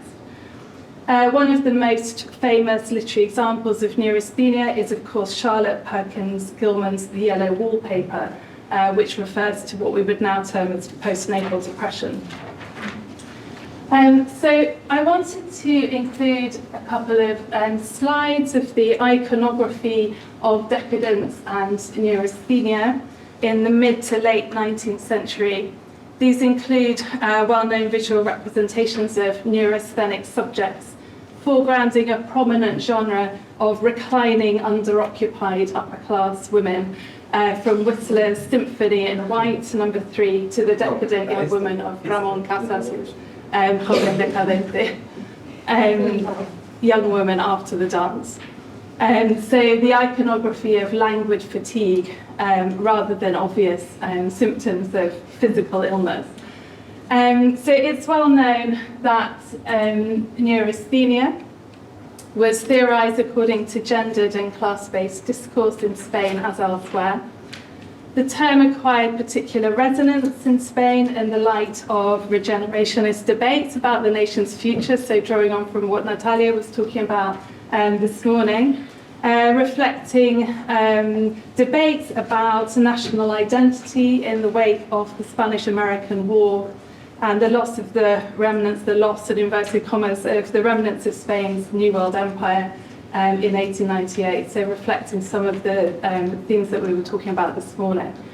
In this context, medical explanations for neurasthenia highlight the quest for progress and civilization during this period, emphasizing the burden of responsibility of intellectual work. So these are some of the discourses around which neurasthenia kind of revolved. And in fact, many physicians presented neurasthenia as a sign of distinction among intellectuals and professionals. Although the diagnosis of hysteria was more common among women, neurasthenia was also identified, and so I've included a quotation by the Spanish medic Díaz de la Quintana y Sánchez Ramón that deals with this issue, so arguing that the greater prevalence of neurasthenia in women was hidden, apparently because male neurasthenics were more likely to seek treatment for their symptoms. So this is the kind of argument around this. We've got quite a few Hispanists in the room, so I'll read the Spanish quotation and you've got the English one here as well. El sexo femenino, de suyo delicado y paciente por caprichoso e inexplicable contraste, sufre con mayor resignación las molestias todas, sobre todo tratándose de las afecciones nerviosas. La mujer logra resistirlas con mayores ánimos que el hombre. So women were said to suffer with greater resignation and in better spirits due to biological difference. So we've got this kind of drawing on essentialist theories here. In some then, neurasthenia was thought to result from a tension between the organism and its environment, in which the stress of modern life resulted in nervous fatigue. And this has been theorised by scholars at the SEEK, among others. So I'd like to apply some of these ideas now to Baroja as a medical writer. The author studied medicine in Madrid and Valencia. He wrote a doctoral thesis on pain, which he submitted in 1893, and he practiced briefly as a doctor in Estona, in the Basque Country. These experiences inform the portrait of the protagonist, Andrés Hurtado, who becomes disillusioned with medical school in El Árbol de la Ciencia. So we've got a kind of narrative distancing from Baroja's own life. We've got these autobiographical elements, but also some kind of distancing and removal and changes from the facts of his own life too.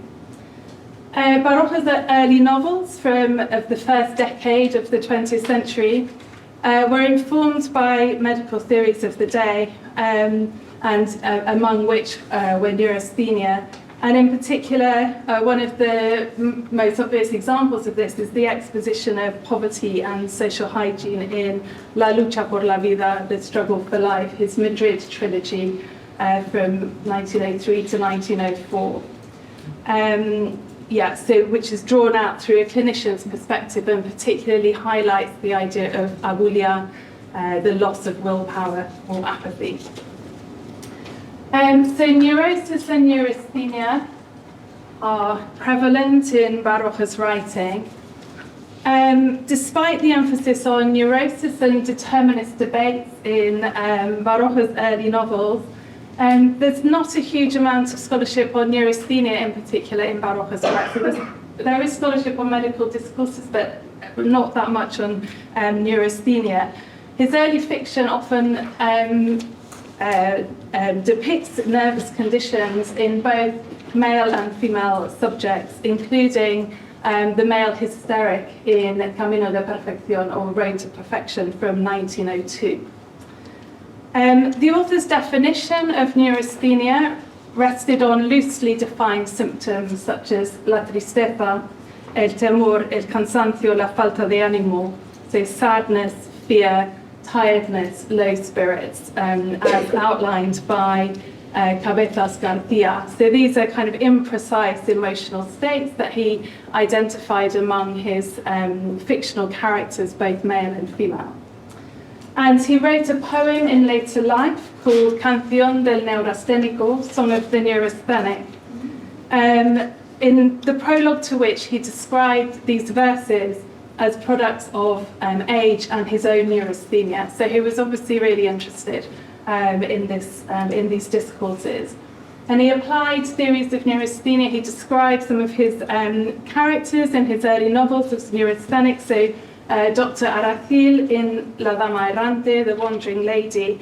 But I think that El Árbol de la Ciencia provides one of the most developed representations of hysteria and neurasthenia, so that's why I've chosen to look at this one today.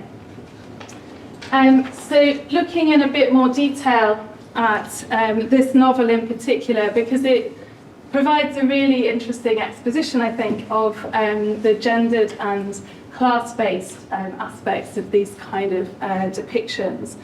So the narrative follows Andrés Hurtado's movements around the central districts of the capital as a medical student and then as a doctor.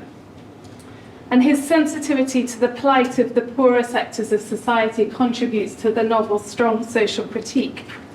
But I also think that the narrative provides a relatively privileged perspective on social and economic inequalities because it follows the viewpoint of a bourgeois male medic, albeit through ironic distancing.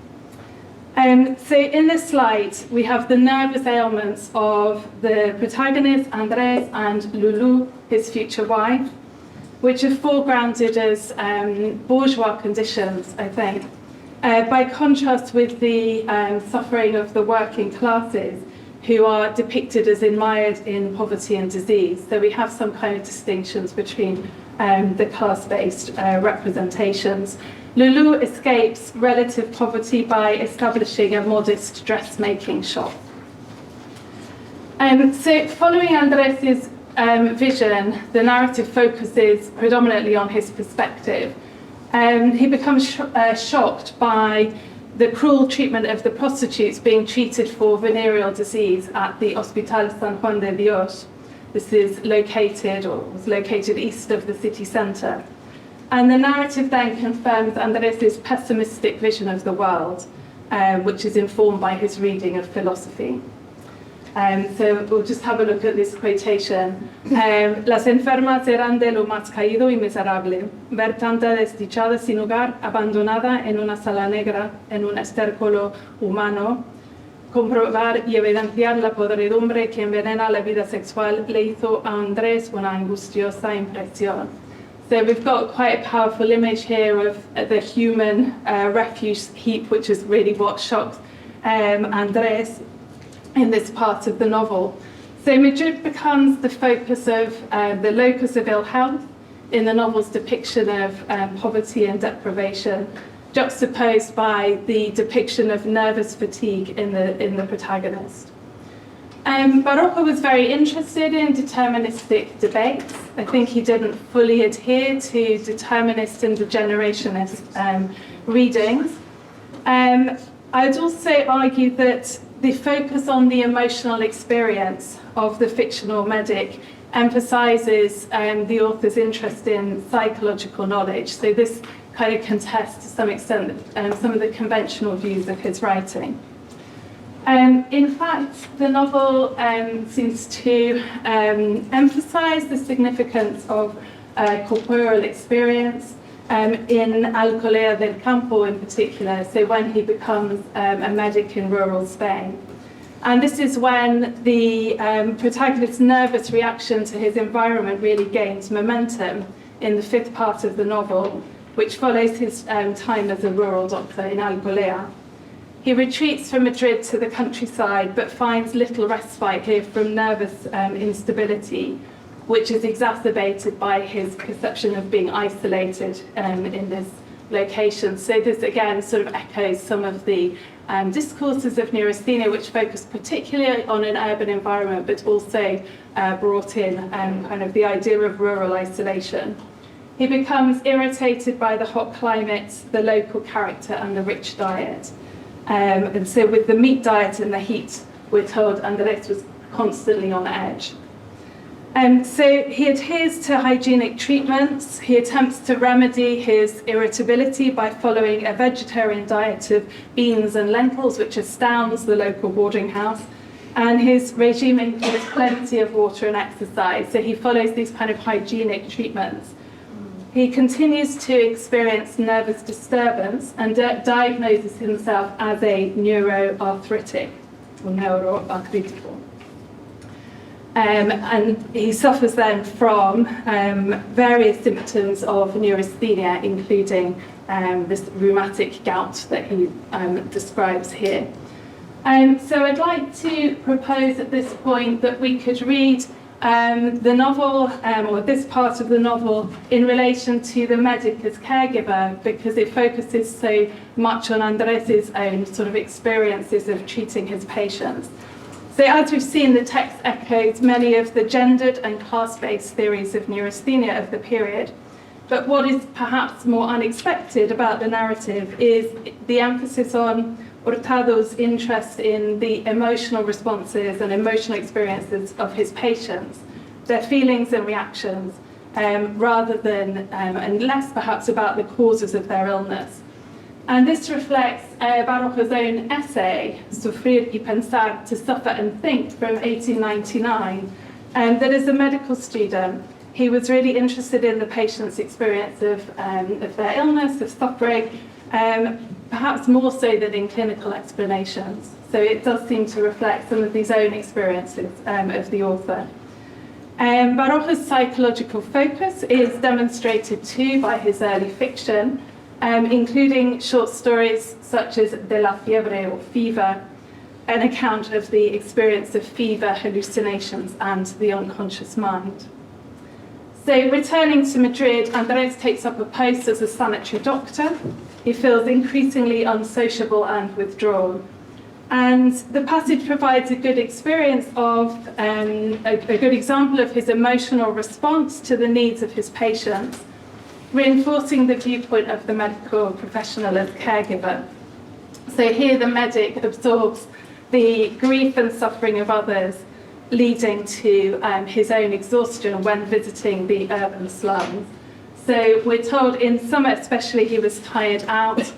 These dwellers in lodging houses, wretched, dirty, irritated by the great heat, were ever ready to fly into a temper. So in other words, the focus on the experience of illness foregrounds the experience here of the working classes, but also the exhaustion of the medic as carer, identifying perhaps some of the vulnerabilities of his role as a practitioner. And this just led me to reflect on some of the emphasis of scholarship in medical humanities. We've often focused on the ways in which literary texts reinforce or subvert the norms of medical authority. And here we find, as I say, an interest in the human experience of the medic, responding to new scholarship in the field on expectations of caring professionals, which were highlighted during COVID and beyond. And there's a really interesting research project happening in Exeter at the moment in the medical school, which is called Care Under Pressure, and it deals with some of these issues. So we find this concern, as I say, in this novel of 1911. Andrés leaves his job, and his uncle Iturriot finds him work translating for medical journals, and he withdraws to the refuge of his home and avoids social contact. So like the author, he gives up medicine and turns to writing. Very briefly, I'll just mention Lulu, who is his future wife. They follow kind of parallel paths in terms of their kind of nervous dispositions. In Lulu, this is framed as hysteria, and as I say, in Andrés, it's framed in terms of the symptoms of neurasthenia. So we do have this distinction between them, but as I say, very similar paths that they follow. And they reflect some of the degenerationist symbolism that I've written about in my book that was mentioned, Bodies of Disorder. So if you're interested in that, that looks at sort of gender degeneration in early 20th century Spain. I wanted to just leave time in the last couple of minutes or so to suggest some possible contemporary relevance of this. So neurasthenia and its afterlives, the link to the present day. So the term burnout has sometimes been used in association with neurasthenia, as you can see, and the very obvious example, the image on the slide, maybe you have neurasthenia, a 19th century diagnosis for burnout that appeared in the last few years in the cut. So the term burnout is often employed to reflect the competing pressures of modern life, but there are obvious echoes of historical antecedents.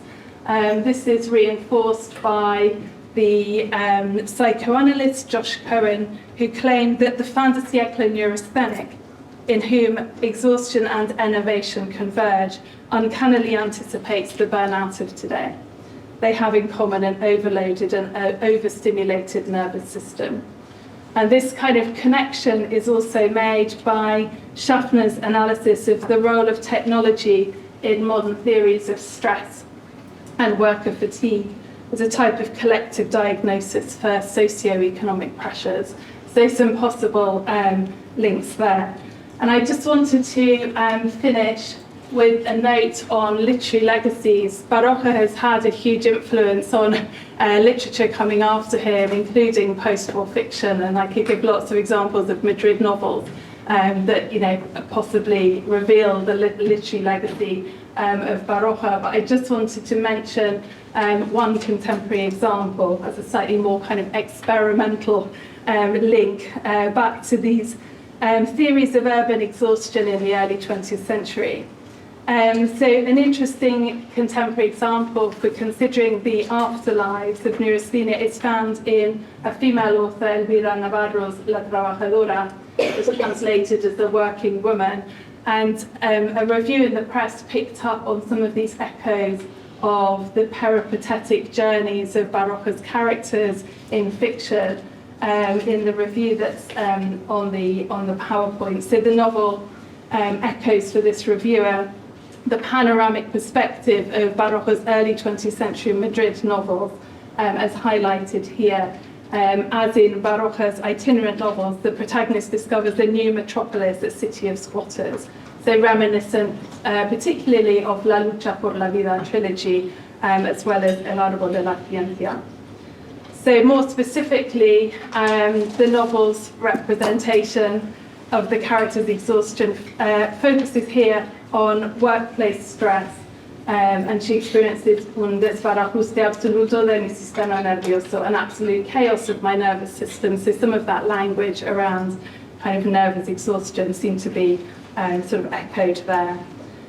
So to conclude, I propose that Baroja's engagements with medical discourses and especially cultural debates about nervous exhaustion at the turn of the century still resonate in present-day representations of gender and social class in the capital city, Madrid. And thanks very much for your